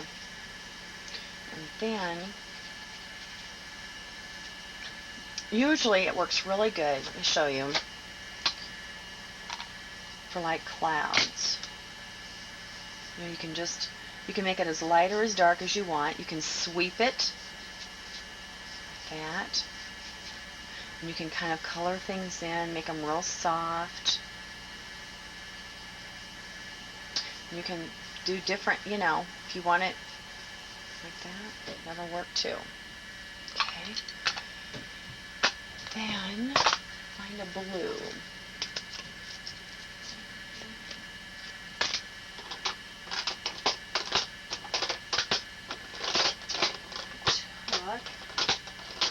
Most of my pads upstairs, it looks like, for my kids. Let's see if they're stamping today.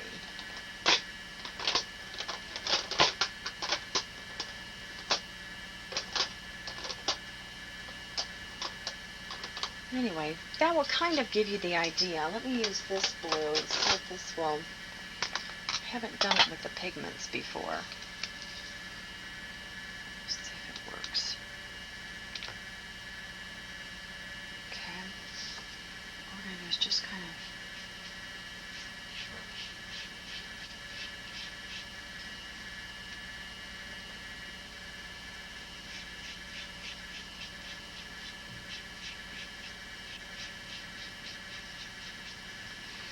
I'll go ahead and try it in the blue. I think will work down here in the...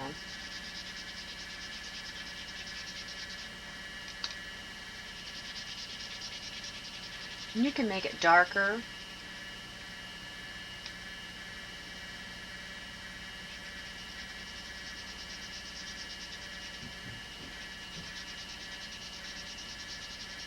Lighter in different places. Sometimes I go back over the parts that are kind of darker.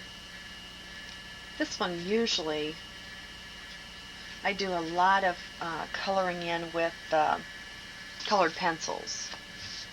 I do that probably more than I do this with sponging.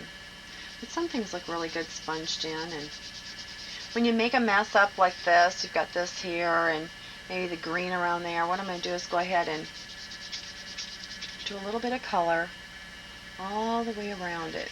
Kind of sweep the color out. Wish I had my pads down here. I was thinking I didn't need them.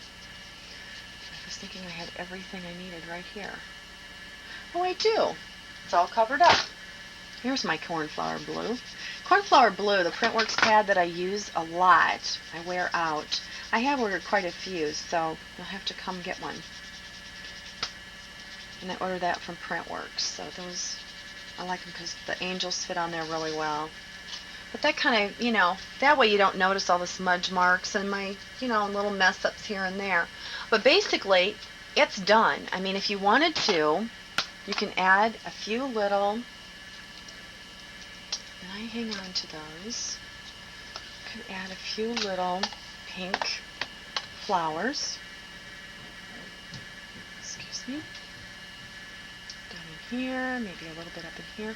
Sometimes I add a little bit of like yellow.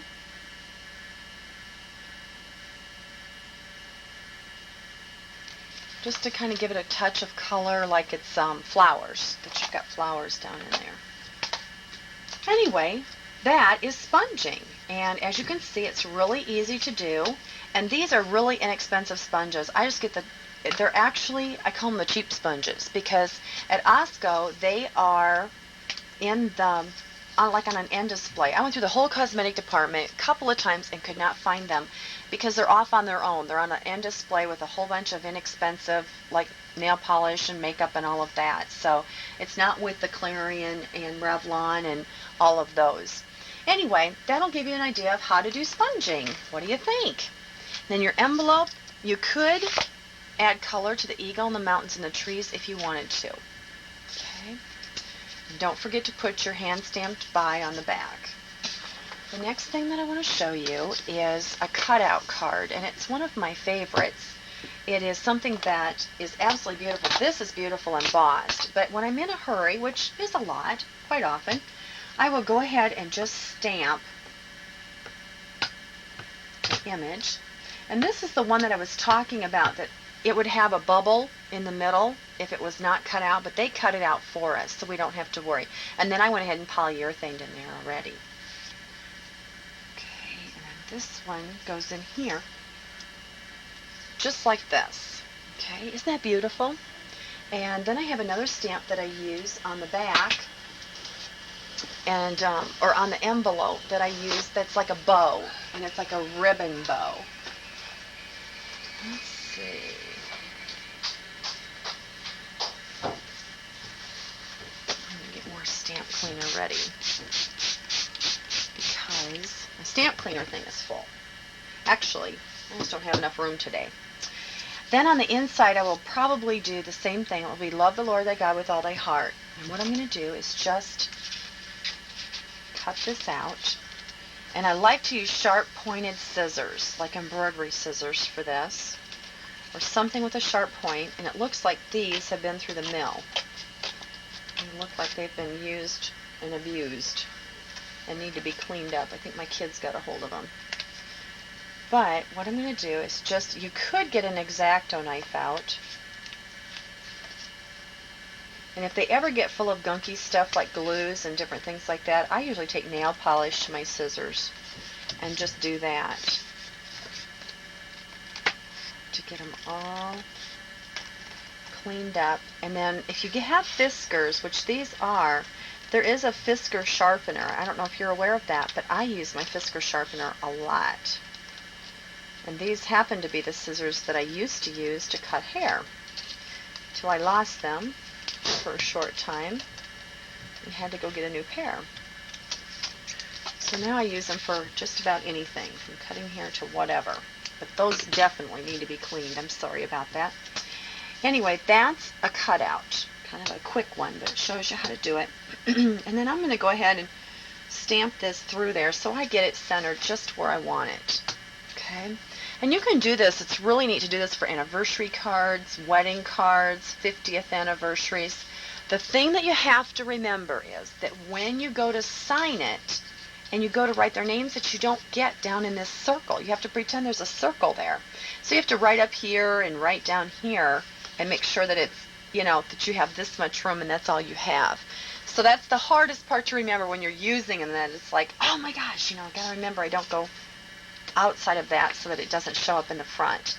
Now another way to do this is to cut this out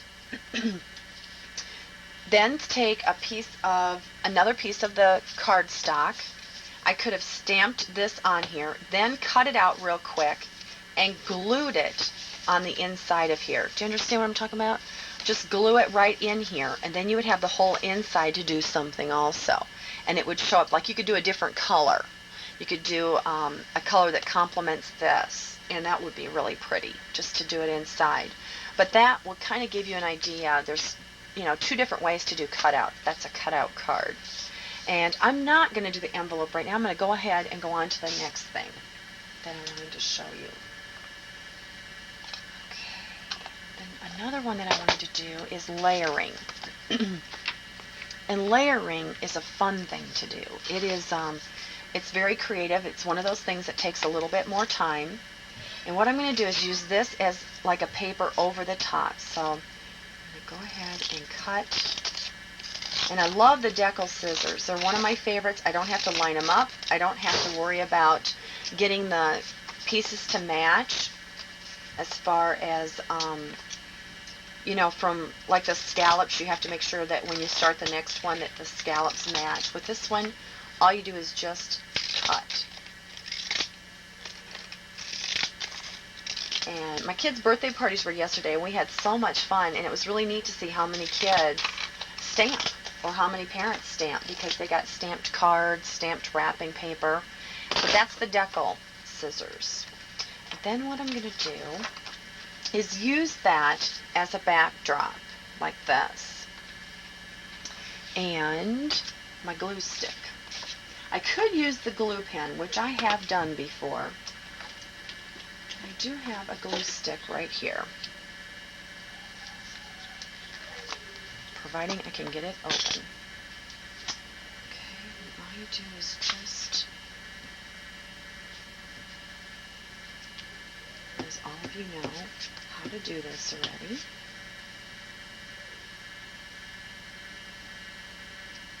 just center it.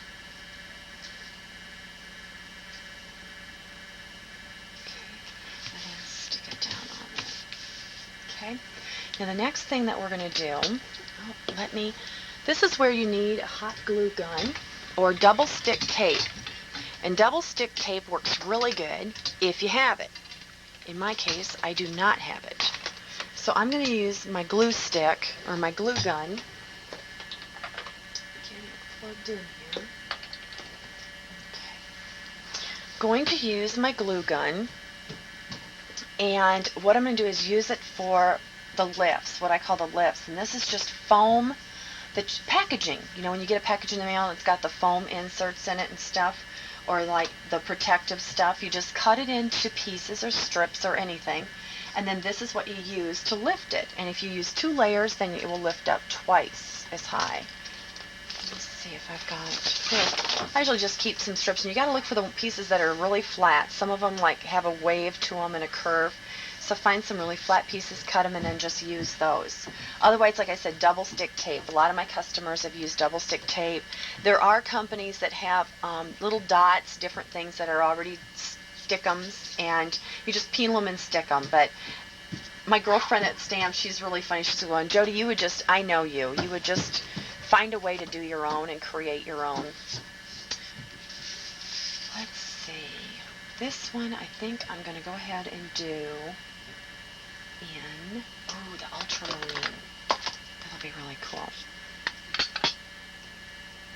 And what I'm going to do is go ahead and just stamp it on cardstock. Okay. This is where that time element comes in.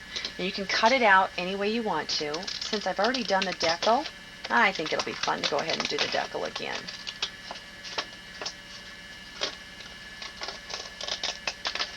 Use the decal scissors to cut it out. You want to kind of get it as close as you can within reason. Okay. And the next thing I want to do is, normally I would stamp a couple of these balloons down onto the paper, onto the card, and then lift a few of them. But because I have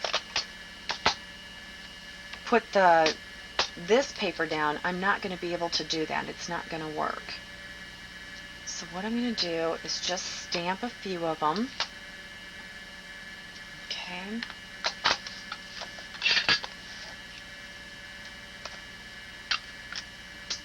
I'm running out of cleaner.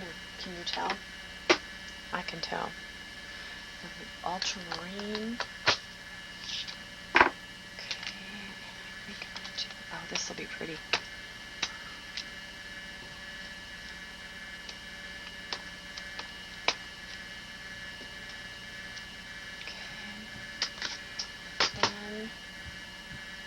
Do one in, oh here, we'll do the blue. Cornflower blue.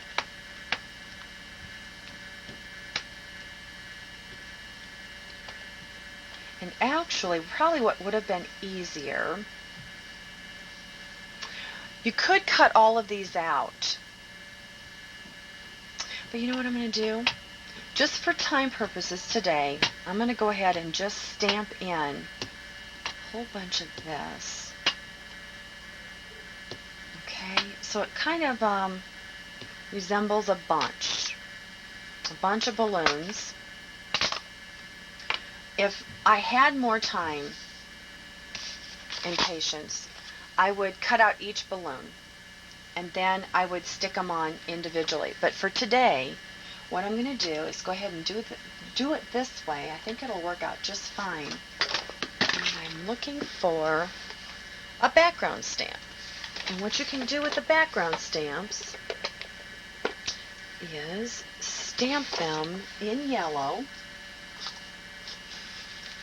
once you're sure all of them are dry, because sometimes this, you have to clean it in between because it will lift it up. Okay? What I'm going to do is just, there's something about this that kind of just ties them all together. Instead of making them look like they are just off in La La Land. Okay. Sometimes you got to clean them every once in a while. They're picking up the other inks, and I don't want to contaminate my yellow pad.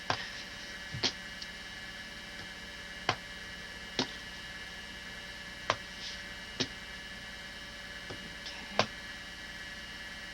That looks good. Okay. Then what I'm going to do is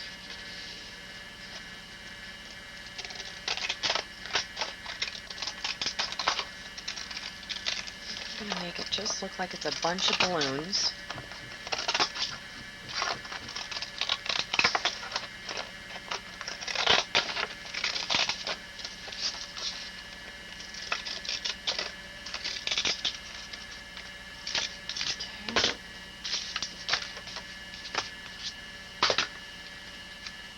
Put it on there.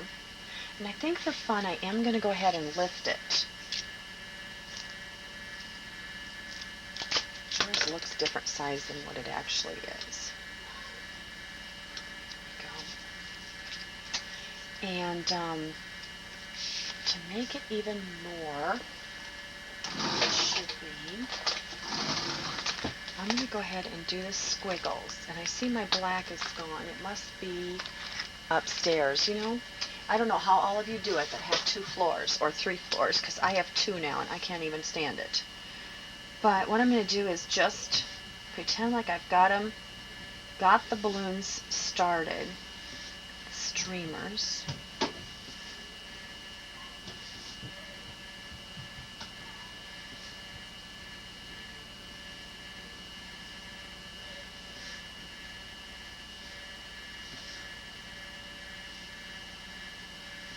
Okay, like that.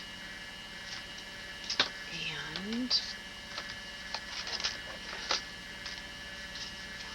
what I'm going to do, if you can see this, is just put the glue on here. Put it down on there. Okay. And it's just to lift it up. The cool, see how it melts together? I really probably should use my the cooler one, the cooler glue stick.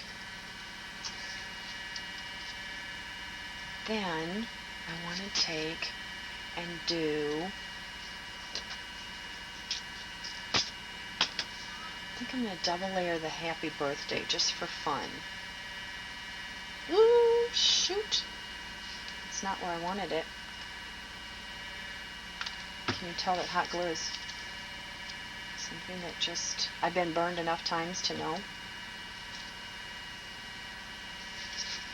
me see if this will actually come off of there. If not, this would either be my card from my idea box, or that would work, but I like it there better. If I was going to use it to send it, I would stick it down there, okay? But I want to go ahead and put it down on the bottom here, so it's covering up the bunch. Okay, and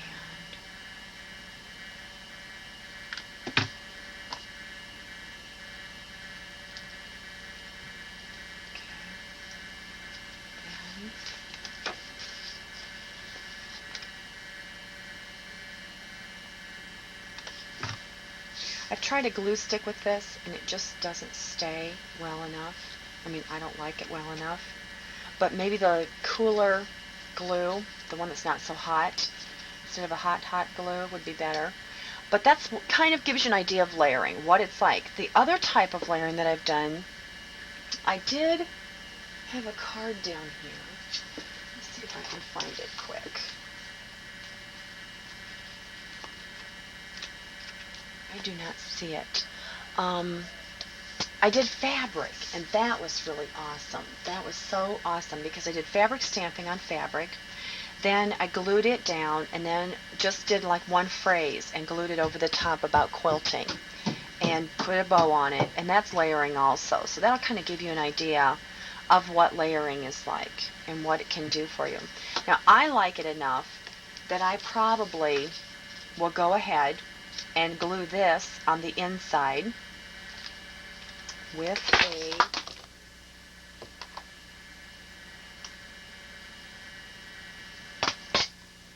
the glue stick, and undo my glue gun. I love having a craft room, but fortunately mine's just not big enough.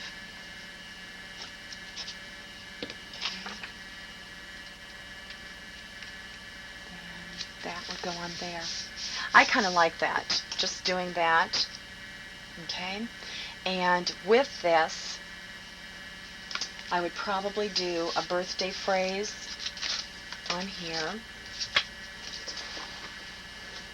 which would be, let me see if I have one. I have several of them. There's one that I like. I usually do a Bible verse on this side, so that would have to be, in order to do a Bible verse on here, I'd have to make sure that I stamped it on a paper and stuck it on there, because you can't stamp once all this is on here, okay? You'd have to make sure that you have it all done ahead of time. That's where your thinking comes before.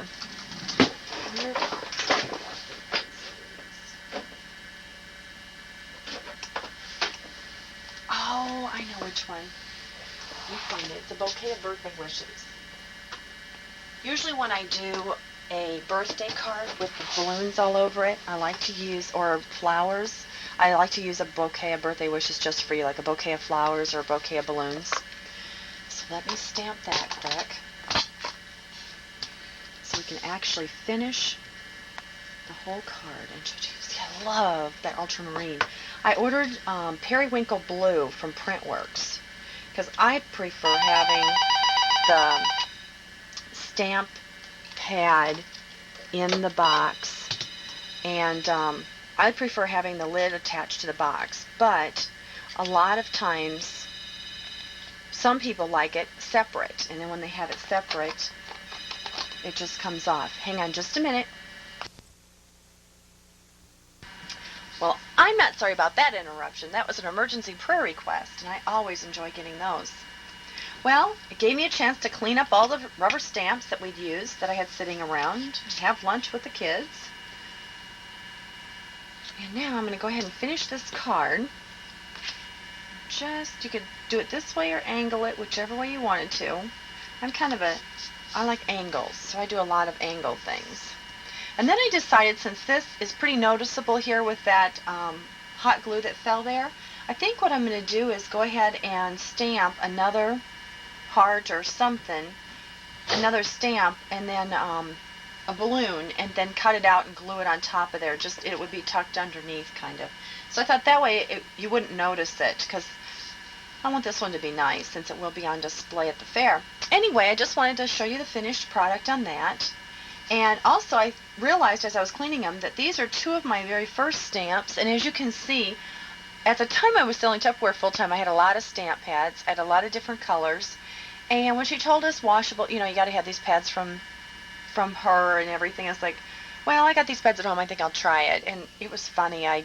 They were permanent, and they're permanent ink. And as you can see, they stained the rubber also. And then all of this around here is what it will do when you do not polyurethane them. So if you don't mind it, I mean, I guess it doesn't bother me anymore, because I've been used to them that way forever. But that's what they look like. So if you don't mind the ink on there, then don't worry about it. Anyway, let's go ahead and go on to the next thing that I wanted to show you, and it's how to do squiggles. It's kind of what I did with the balloon streamers. And what we're going to do is go ahead and do it on here, and it's a postcard. I almost need all my stuff underneath it again, just so you can tell where the card is, but you'll see it. It's a postcard, and I think I'm going to go ahead and do it in, I'll do something different. I usually do it in just one color, but we'll go ahead and do it in the 3 colors, just for something different. And I also got ink on my fingers, so it's always important that if you smudge your fingers or get ink on them, that you clean them right away so you don't smudge your cards.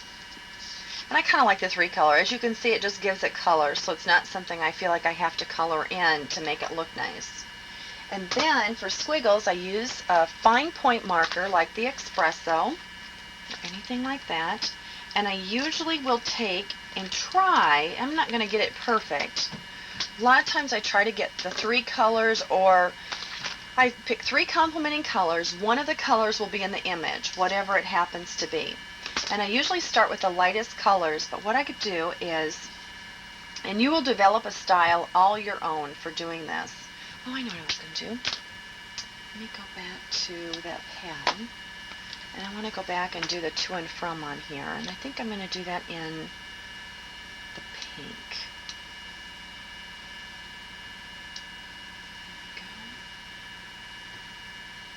Almost forgot. I need to keep this wet, don't I? And then with this, you could do it 2 colors, or you can do it 1 color. However you want to do it, you can do it 2 different colors. There. And the reason I did that is I usually, when I do squiggles, I either do squiggles all around it, except for where the image is. But in this case, I'm going to go to the from, and I'm not going to try to go around it. And you will develop a style, and all you do is a wave. Just pretend you're going to do a wave. That's squiggles. And then, as you can tell, this is going to finish off the card, and it will make it look so much better. It'll look so much better than just having it plain, and you can do it plain, but this is so simple and inexpensive. And like I said, I have used these markers for years. Another color combination I like a lot with any of these 3 colors is yellow. I do yellow with them a lot. And I could have gotten by with just the 2 colors, but as you see, it really just finishes off the card, and it makes it look really nice. Now on the balloons, a lot of times what you can do is take the colors in here, and on the envelope, I think I will do that real quick, just to show you how to do that. When you have a balloon bunch like that, you can pull out some of the colors. So, see, I could pull out red, because it's got a red background to it, and I think I'll do the blue and the yellow. I think I will do the yellow. Otherwise, I could have done the green. Let me show you what I mean by this. And I'm probably going to go ahead and do that. I think the to and from I'm going to go with more of a generic one, not ones with hearts in them. Let me do the garnet, just because I think, well, actually, I think I will use that green. Where did I put the green? I lost it. There it is. That way I won't be competing with the others. And you could put down like a balloon down here or a balloon bunch. I do have a small bunch of balloons. Maybe you want to put a clown down here in the corner. That's a possibility too. Just some different options for you. And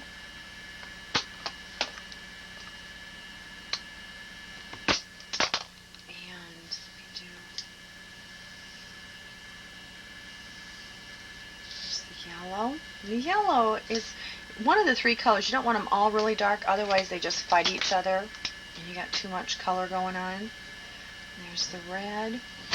Usually what I have found is that if I start one on the right side and go to the left, then I start the other one on the left side and go to the right. And that way, for me personally, it just is one way to get them to alternate so that they don't follow each other exactly, but they alternate back and forth.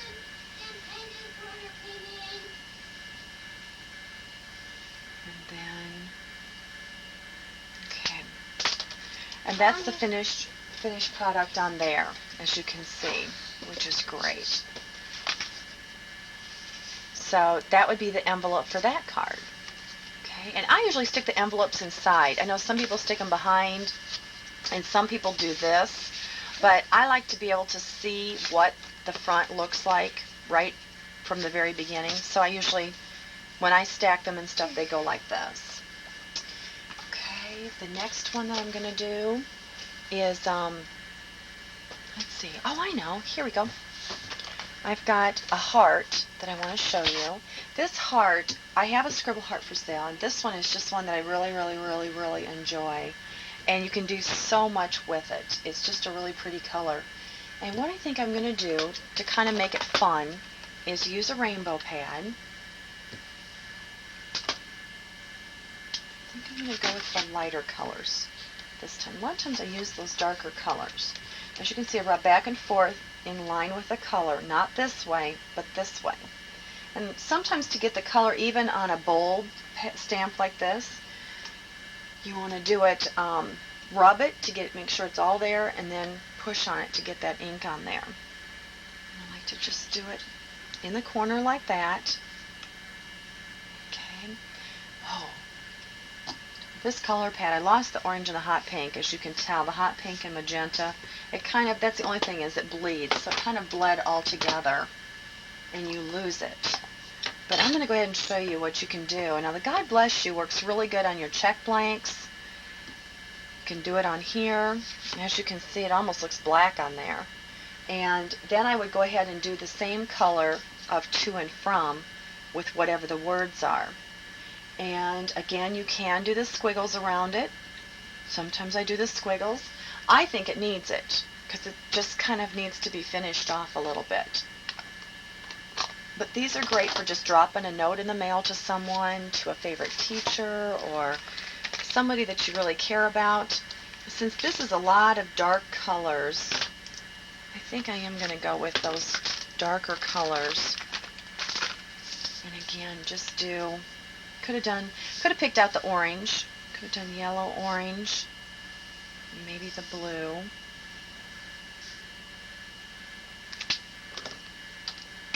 Maybe I still might do that.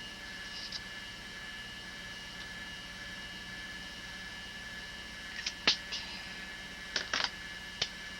I think I'm going to stick with the purple.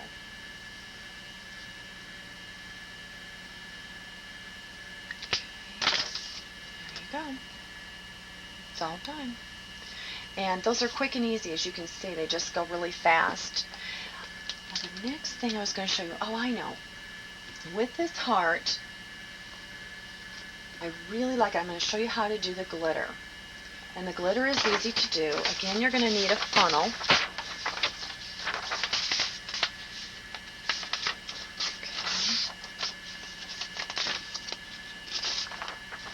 Okay. And a glue pen. not the glue stick, but a glue pen, the Prisma glitter. It's an ultra fine Prisma glitter, and the glue pen paper. And let's see if I can find, I know which card I can use. I'm going to use this one. It's a really light color, and this one's called Watermelon. It's just my greeting cards. I had all stacked here. There they are. Now when I do hearts and just things like this, I do them as a background, and I will take them off the edge. You know, it's not something that I try and, you know, make sure that I get just perfect or anything, or that it's all on there. And this is going to be just a generic card. Now I have done these where I've made them into, no, that one didn't turn out very good on the top, did it? The only problem is you can't go back and fix them. So wherever you get it, it's where you got it. I think it needs a little more pink, so I'm going to go ahead and do it down there. There. It brings in a little bit of the pink for it. That's why you always have paper underneath you, so that you don't go onto your table, so that you have that, so you don't have to worry about it. And then you could put words in here, and that's something I would probably do. So, I think I will. Oh, here we go. One of my favorites. And I think I will do it in the pink, just because, and there again, as you can see, I'm just going to ink it across that top the other way, and that way it will show more pink. Okay, hands to work, hearts to guide. I like that one a lot. And then it would be just like a note card that you could send anything in. Again, I would probably put a Bible verse in there. I don't know. Give thee thanks with all my heart. That sounds good. Just like that. And sometimes I put them up in the middle. Just depends on the card. Now to show you the fun part. I was afraid if I used a color box that the glue pen would, it would smear it. So that's why I wanted to go with something that would dry really fast, like the dye ones. Anyway, you just push down on it to get the glue down in there, and all you're going to do is just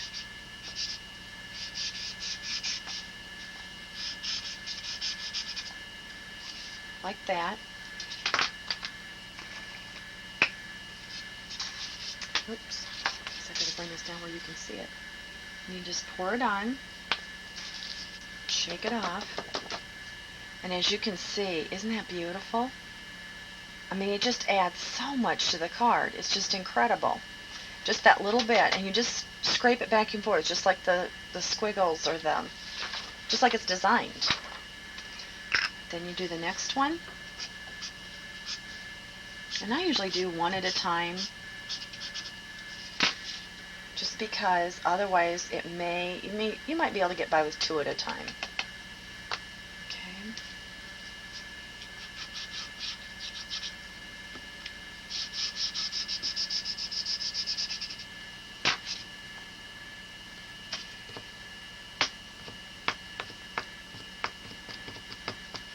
Looked like it had any glue down on it. There we go.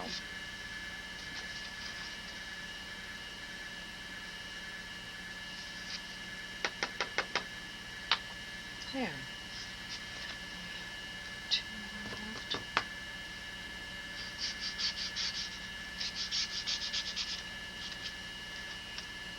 Do this one down here real quick at the same time.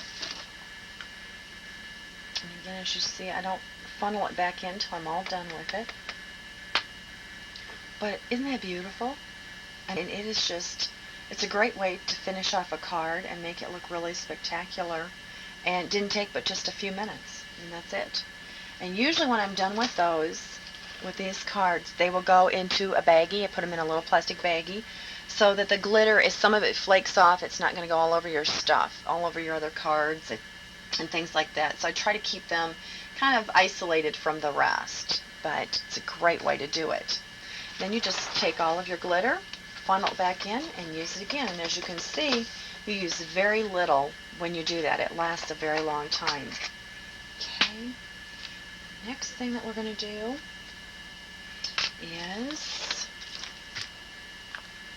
I'm going to take a break and clean all these stamps real quick. I'll be right back. I'm going to show you is fun flocking. Since you were able to see the glitter, this is very, very, very, very similar and done just about the same way. And it takes the glue pen and the flocking, which I call dust. Colored dust is what it is. Anyway, when you're stamping, you want to make sure that you don't ever stamp over a ridge or anything like that. I really should move this a little bit. Try to get a little organized quickly. What I'm going to do is this cat. And actually, I do these, usually these bigger stamps that are bold without a lot of detail. I usually use these mostly for fabric stamping on the kids' t-shirts and book bags and stuff like that. I don't even think I've ever done this as a card. So I wanted something that I could do with the flocking to kind of show you, different ways to do it. And it'd be a whole lot easier to do it in white with this cat. And it'd probably look prettier. But I was afraid the white wouldn't show up very well. And again, you just kind of look at it, make sure you got it all. Center it. And stamp it. Now with this, you could stamp it the other way.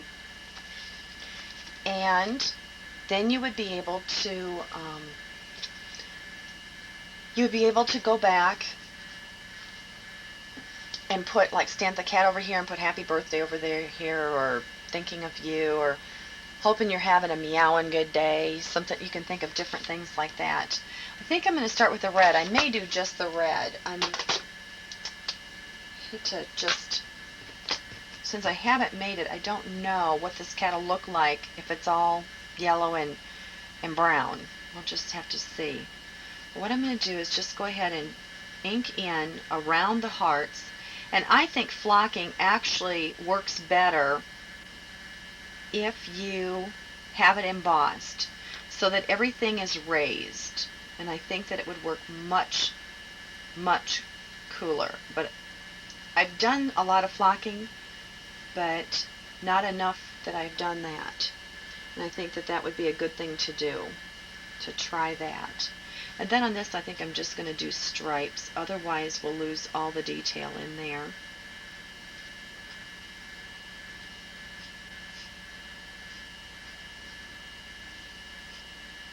Okay. Let's see what it looks like. Usually what I do is just pour it out. Okay.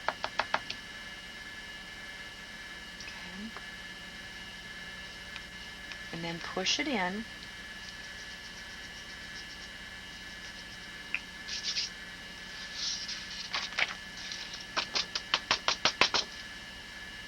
There. And you can kind of see whenever you miss a spot, you can go back and catch up on that.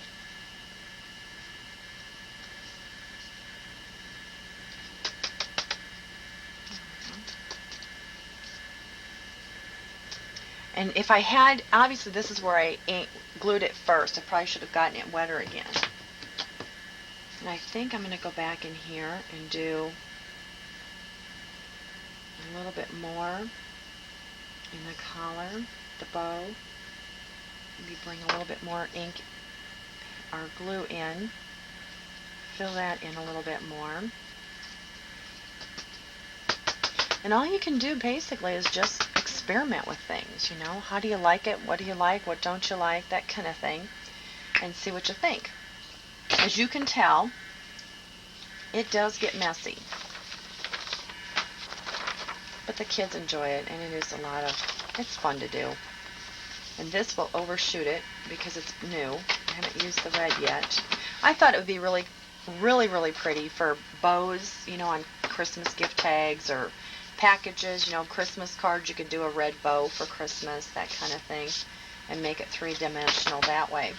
And then it's good to have several papers, obviously. Just put that back in there. The rest of it, my house just goes on the floor. Your house, go take it to the trash can and shake it into the trash can. Anyway, that will give you an idea of how to do it. And I think that I am not going to mess around with any more of it right now. But it's something that you can experiment with, do different colors. Just experiment with it. Try different things, but that'll give you an idea. And I may go back and do this later and see what I think. Who knows? That'll give you an idea on flocking.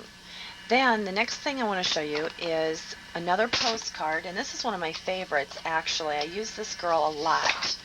And anything with a sign, I really enjoy doing these because what you do is you just stamp her, and I have never colored her in. I mean, it's just one of those things, it's like, well, I just never get around to it.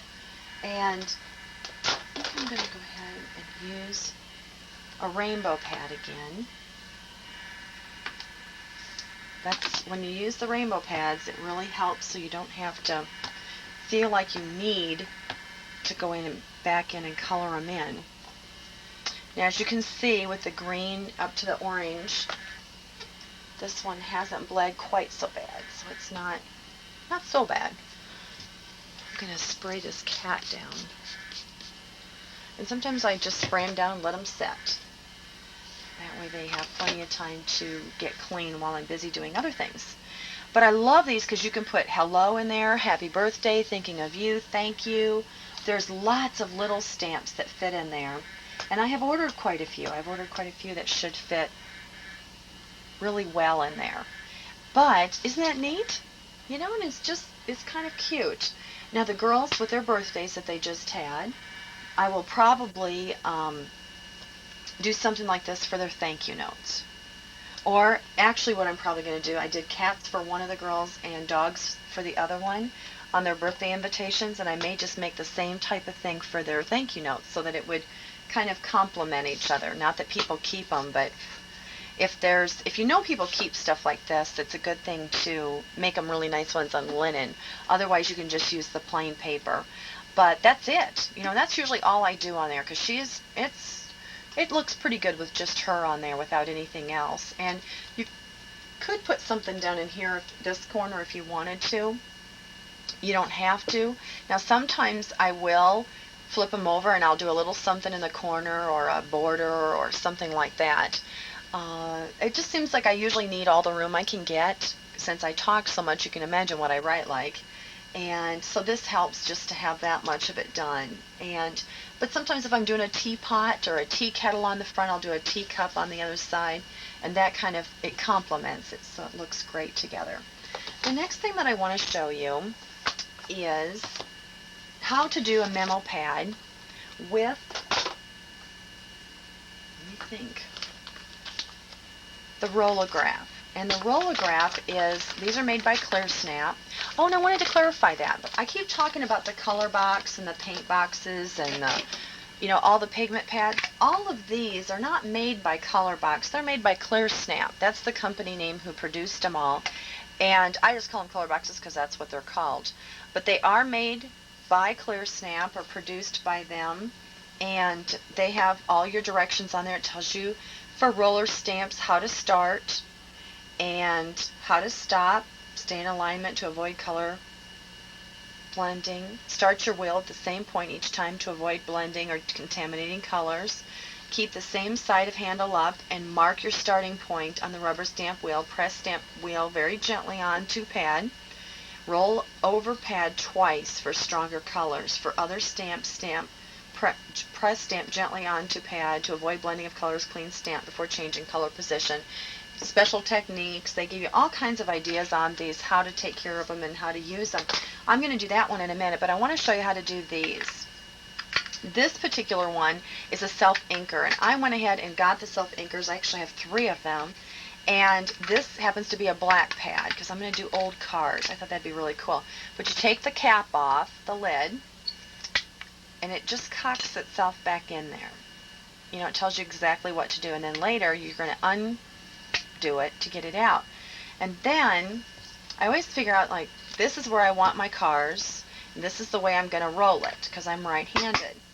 So you just put it in there, okay, and then release this so that it will put the ink on the stamp, okay. What I'm going to do, usually helps to have paper underneath you so you can kind of get it going, get it inked, but then you always want to stamp it in the same direction. Okay, looks like my black needs to be re-inked, doesn't it? This is a new one. I am really excited to have this one. But you want to bring it around, get it inked, and you want to come to where the seam is, right here. That's a good place to start. So I'm going to start here and run it across as carefully and as straightly as I can. Sometimes I do get the up here where it's, and I just need to go back, I want to go back and use an X-Acto knife and cut those out because they're not etched enough that you can avoid that. For some reason they're just not. But you can do it and then do the next one. Okay, see how much you get up there? Almost looks like clouds, I hope.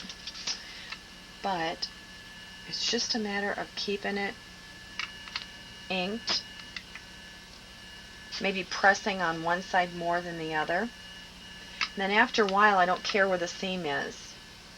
It's like, oh well. And it's probably right there, but you know, it doesn't show up on here at all, which is good. Some of the roller graphs, it's very distinct where the break is. So this is pretty good. It fits really well together. And then you just go to the next one. But these make great stationery pads so that you can use it for that.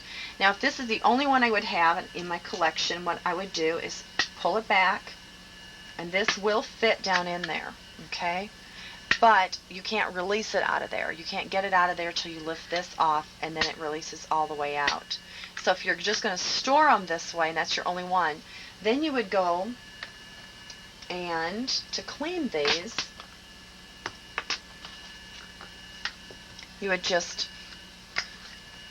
keep rolling it till it comes clean, just like your other stamps, but you're going to roll them instead. Okay? And I think I'm going to keep that one just that way because I'm going to finish that pad, or a little bit more of it, but it does come clean, you know, pretty easily.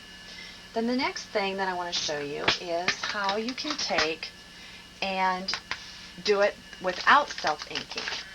This is a non-self-inking handle, and you want to make sure that you always have, they talked about having the words the right way, the same way every time, and you just connect it into one side, into the other side, and then you've got your wheel. Now, when they designed this, it's the same company that made these that makes this, so they design it to go together the same way. And what I'm going to do is I think I'm going to do this as a greeting card, just to kind of show you how to do it. And you want, like it says, you want to start, you know, find a good starting place. Okay. And you want to make sure that you go evenly. And then they've designed it so that it's perfectly even, the whole thing. Then you go back and you stamp it. What do you think? Ooh, I like it. Actually, I have a secret to tell you. This is the first time I've ever done it with this. Isn't it cool? Even my daughter thinks so. She's back here clapping. But you want to make sure, like I said, that you ink it the same point every time. So I would go back and ink it here. Go back and re-ink it all. Okay, and that's what these little knobs are for, is to stop and start you. And when I did that, then I would probably go back and I would do probably an envelope to match. And, okay, we'll do the flap. Okay, and then for something fun, I would probably just run it over the flap quick without re-inking it and see what happens. It would just be lighter, okay? But that way you wouldn't have to re-ink it each time. But what do you think? Do you like it? I think it'll turn out really, really cool. Anyway, then you want to make sure, because again, it is permanent, it's a pigment ink, you want to make sure that you clean it right away. And I'm going to go ahead and spray this down just because it is pigment and it gets down in the grooves. This is one of those that you would take to the kitchen sink or the bathroom sink and just spray her down. That would be the best way to do that. But anyway, I'm excited. Didn't that turn out really cool? And I think then with this you would have all these color choices to choose from for doing the to and from. And I kind of like this one in here somewhere. Okay. And from. And there again, you've got enough room to do 2 colors if you wanted to. Okay. And then I think I'm going to go ahead and do like a happy birthday on here. Just a minute. My office is just, it's big enough. I just got too much junk in the way. Kind of like a bolder happy birthday. Oops, when I'm doing stuff like this.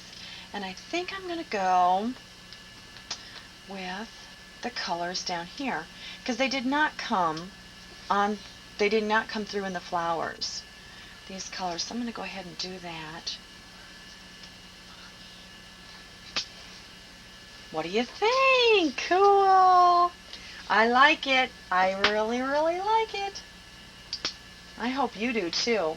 And then I'm going to go ahead and do a phrase in the middle, because I need something. Okay. Right there. And because it takes a while for it to dry, I could emboss all of that too, and it would be really, really incredible. And it would just be beautiful. No, I don't have, we've already shown embossing. But that would give you an idea of how to do it. I have a child who needs me, so I'm going to go quick and see what she needs. I'll be right back.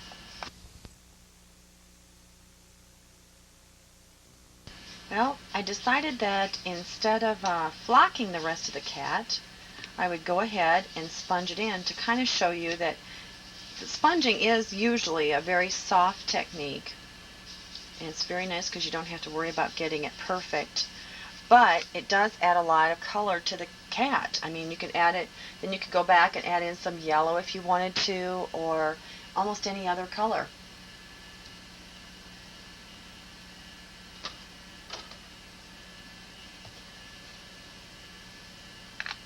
I've lost my sponges already. Can't even put that one away. I was actually going to put some more around, make it look like it was sitting on the floor or a blanket or something, but actually that's sometimes all you need, just right there, and you have a cute little note card. So that's much more finished off, I think, than what it was. There's two more things that I think I need to show you, so I'm going to pause and get ready. I've got to cut some paper for them and get ready for that, and then I'll show you that. I'll be back.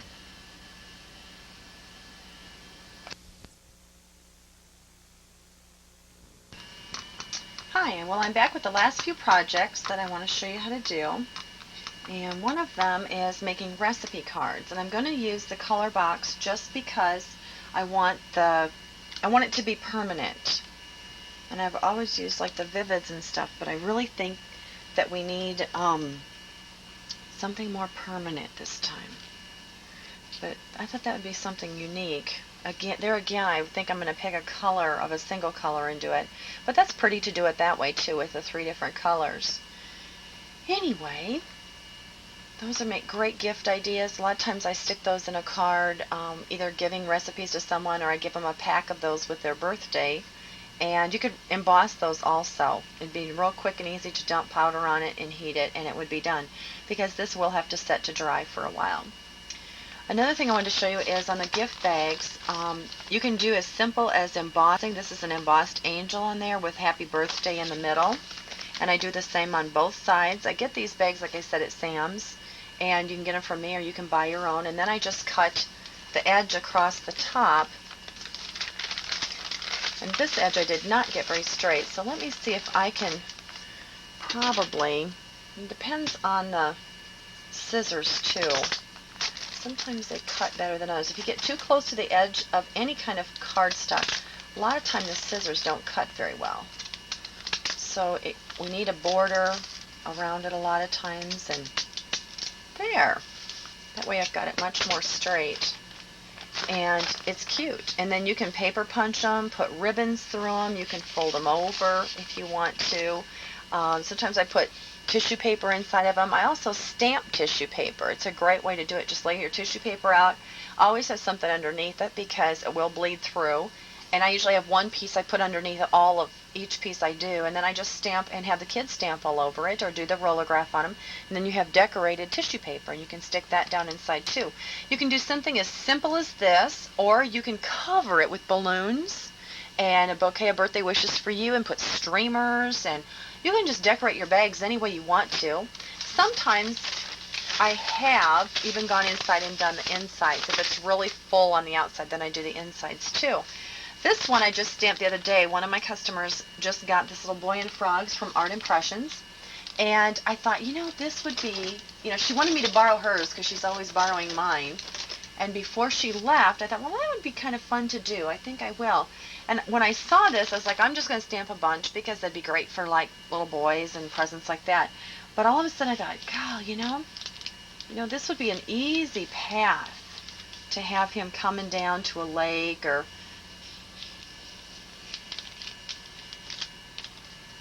and you don't even have to get that wavy, I don't think. It just needs to go wherever. But you could do that and put a tree, put a big bush or tree over here. You might even have where the lake comes down this way, and you could color all this in blue. But I thought, what a cool way to do it, and just you could color this all in with green and just sponge it in. But I thought that would be something unique to do. And I always do it, like I said, on both sides. And then the fun part is to maybe make a gift tag with the same type of theme on it. And I usually do that when I do wrapping paper. I make gift tags at the same time. And I have a fish somewhere. I was thinking that's probably with the sports thing, the fishermen and all of those. They're gone fishing. I don't know. There's but anyway, you can make gift tags to match it, or with a frog. You could have a gift tag with a frog on it that says happy birthday, and you would use those together. Now, last thing that I want to show you today, and there's, like I said, this is the basics that I'm teaching you. There is so much more. I have customers that have gotten into the mulberry papers, which are fabric. Well, it's not fabric, it's paper that is, you pull it apart and you can do really pretty things with it. You can also take lace doilies, cut out lace doilies and put those on your items. There's just, your imagination can go wild. There's just a million things you can do. But the last thing that I want to show you today is fabric stamping. And it works really, really well. And it's something that I really enjoy doing, like I mentioned before, especially with the new Fabrico pads. And what I like is these are aprons that I just picked up at the store. Got those at Osco. And I'm going to go ahead and stamp, if I can get this down. I will probably do a lot more to this than what I'm going to show you today. But usually I will have something, like in a t-shirt, I will put it in a t-shirt cardboard frame, where you stuff it up in there, or I put plastic over it. I usually take a piece of cardboard, put plastic over it, or Sad Wrap, and then I stick it up in the shirt, and then I stamp on top of it. But like I said, it will be dry fairly quickly. And today I'm just going to show you two basic things that I thought would be really kind of neat to do. One of them, I'm going to go ahead and do, and it's just like stamping. I mean, that's what I really like about these pads. It's a fabric pad. And what you can do with any of these is you can turn them around the other way and stamp them. What you want to make sure you do is you push in the middle. Don't ever push on the two ends.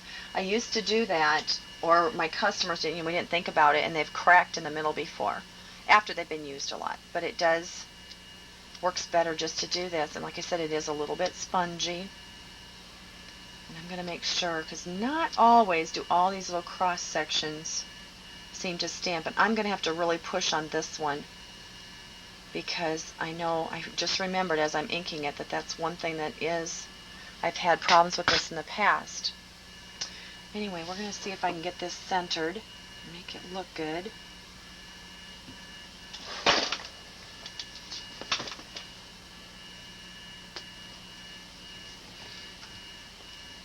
Okay, and then here we go. Lift it off. Cool. And then on top of that, I'm going to switch to the blue. And I have done this on a card before where I colored all those little squares in, and it was really pretty. But I think I'm just going to do, since I'm trying to add more Fabrico pads all the time, just for doing this. Try and make sure that's as dry as I can get it. If I was going to be stamping a lot of different things, it would be even more important that I had that really dry so it would not bleed into the next color. But I'm just going to do these and then clean them up, and I'm going to finish the other ones later. Line it up, set it down. From the heart. What do you think? Not bad. And then, like with the fabric markers, like I mentioned, you can go back and you can color them all in. But this is something that you can do for gifts. I've done it, and then I've put their names across the top just by doing that. I'll probably do that. I'm going to put Christian Creations on them, so it'll be taking a lot of time with these. But I'll probably do that up here. And then, in particular with this one, usually when I do them for using to cook with and stuff, I don't actually do any of I usually leave them down at the bottom of it, but with this one I went ahead and I'm going to stitch them up and make pockets so we have places to put things when we're at the fairs and stuff. So anyway, that's just ideas, but I have taken them and across the bottom I have stamped borders, like food borders and different things, and given them as gifts, and they turn out just beautiful. Now, if I would have made a mistake on this, what I would need to do is immediately go to the sink or throw it in the washing machine and wash it out. It is washable until it's heat set. Then it becomes permanent. On the back of the Fabrico pads, it tells you everything that you need to know about those pads. And they even have new ones out now that say acid-free on them. But it's a water-based fabric ink stamp pad, and it's non-toxic, gives crisp stamped images. Rubber stamps clean with the water. Images are washable after ironing. So they're not washable out. You can wash them after ironing them or throwing them in the dryer. And it works best on cotton and silk, pre-test other fabrics, iron either side to cure the ink. Lightly tap the rubber stamp on the ink pad instead of pressing. Wash your fabric immediately with soap and water if a mistake is made, and may be used with stencils. Also works on wood, and apply heat to set it on wood also. And there's re-inkers that are sold separately. What I wanted to do is show you those, tell you about that, and then the last thing I want to do, I forgot to tell you a little bit more about embossing. Let me go back and see if I can find my embossing card. We've done a lot of cards. Can you believe this? We've done this one. We've done this one. We've done this one. Would be really pretty embossed. Remember that one? We have stacks of cards here that we have done in the last little while. Postcards. We've done birthday cards. You are definitely get your money's worth out of this tape. This one, isn't that pretty? I just think that is just really beautiful. And I like this one a lot with the extra sponging around it. Here's the embossed card. There's the brayer. And here's the explosion card. You're going to give that a try. And there's the cards that you just can get anywhere. You can buy your own cards and stamp the envelopes.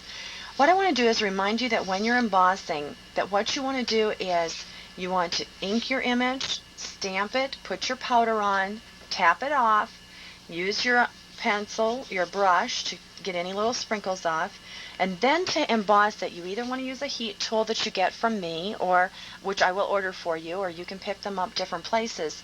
They're about 600 degrees. They're very hot, but they have very low blow on them. They don't blow a lot of powder. Hair dryers will not work. And you also want to keep in mind that you're going to look for, you can use a toaster. And what you do with a toaster, I burned up a few cards on the toaster, so I quit. I got a heat tool right away. It's like, no, I don't think I'll do this. But what you do is you just take, and let's say your toaster's right here. You want to heat it, do all your powder and everything, and then you push the toaster down and hold it above the heat. So the heat's coming up and it will emboss right before your eyes. And you just move it around if you need to a little bit. Now the other thing you can do is you can take and turn your oven on to 300 degrees.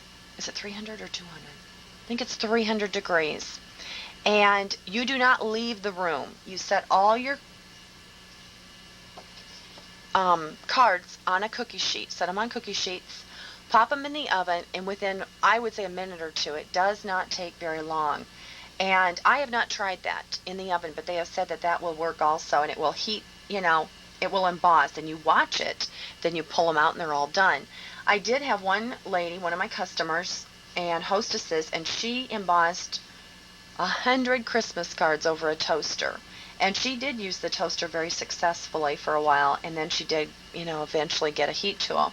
So keep that in mind, and the heat tools are supposed to sell for about $35 or from $35 to $40, and I sell them for $25. So if you're interested, I will order it for you from Stampendous, and I just refuse to charge that much. So it's like $25.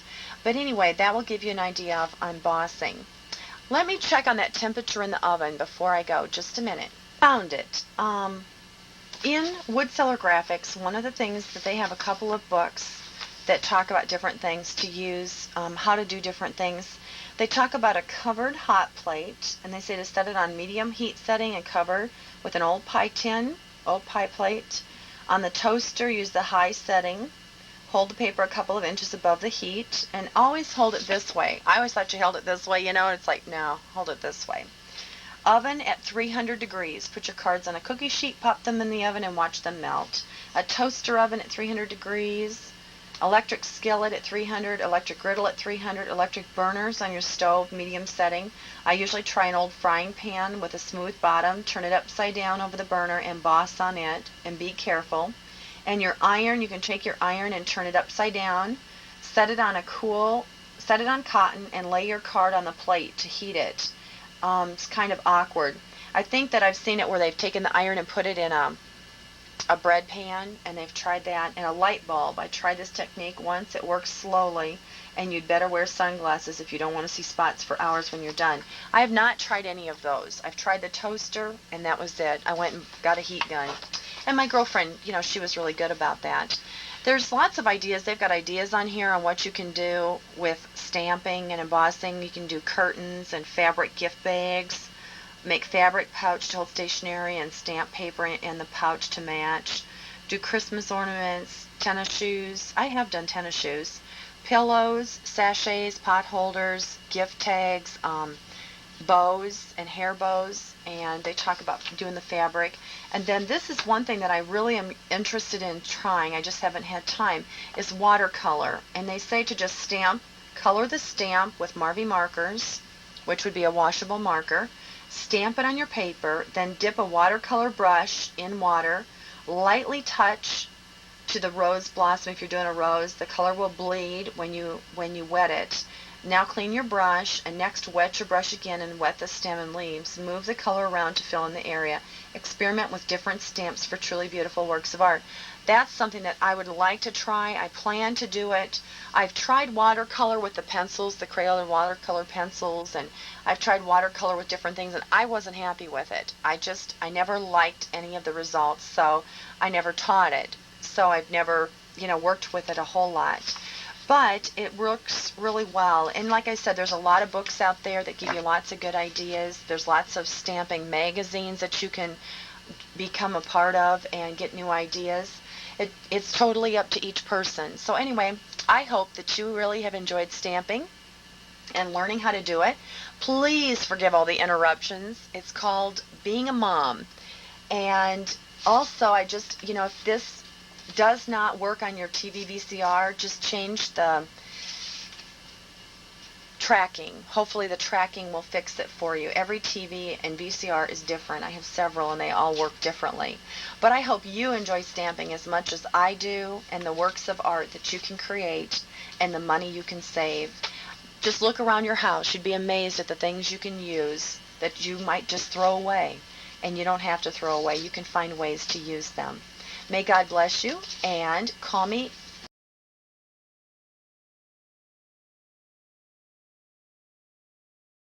anytime that I can help you. God's blessings.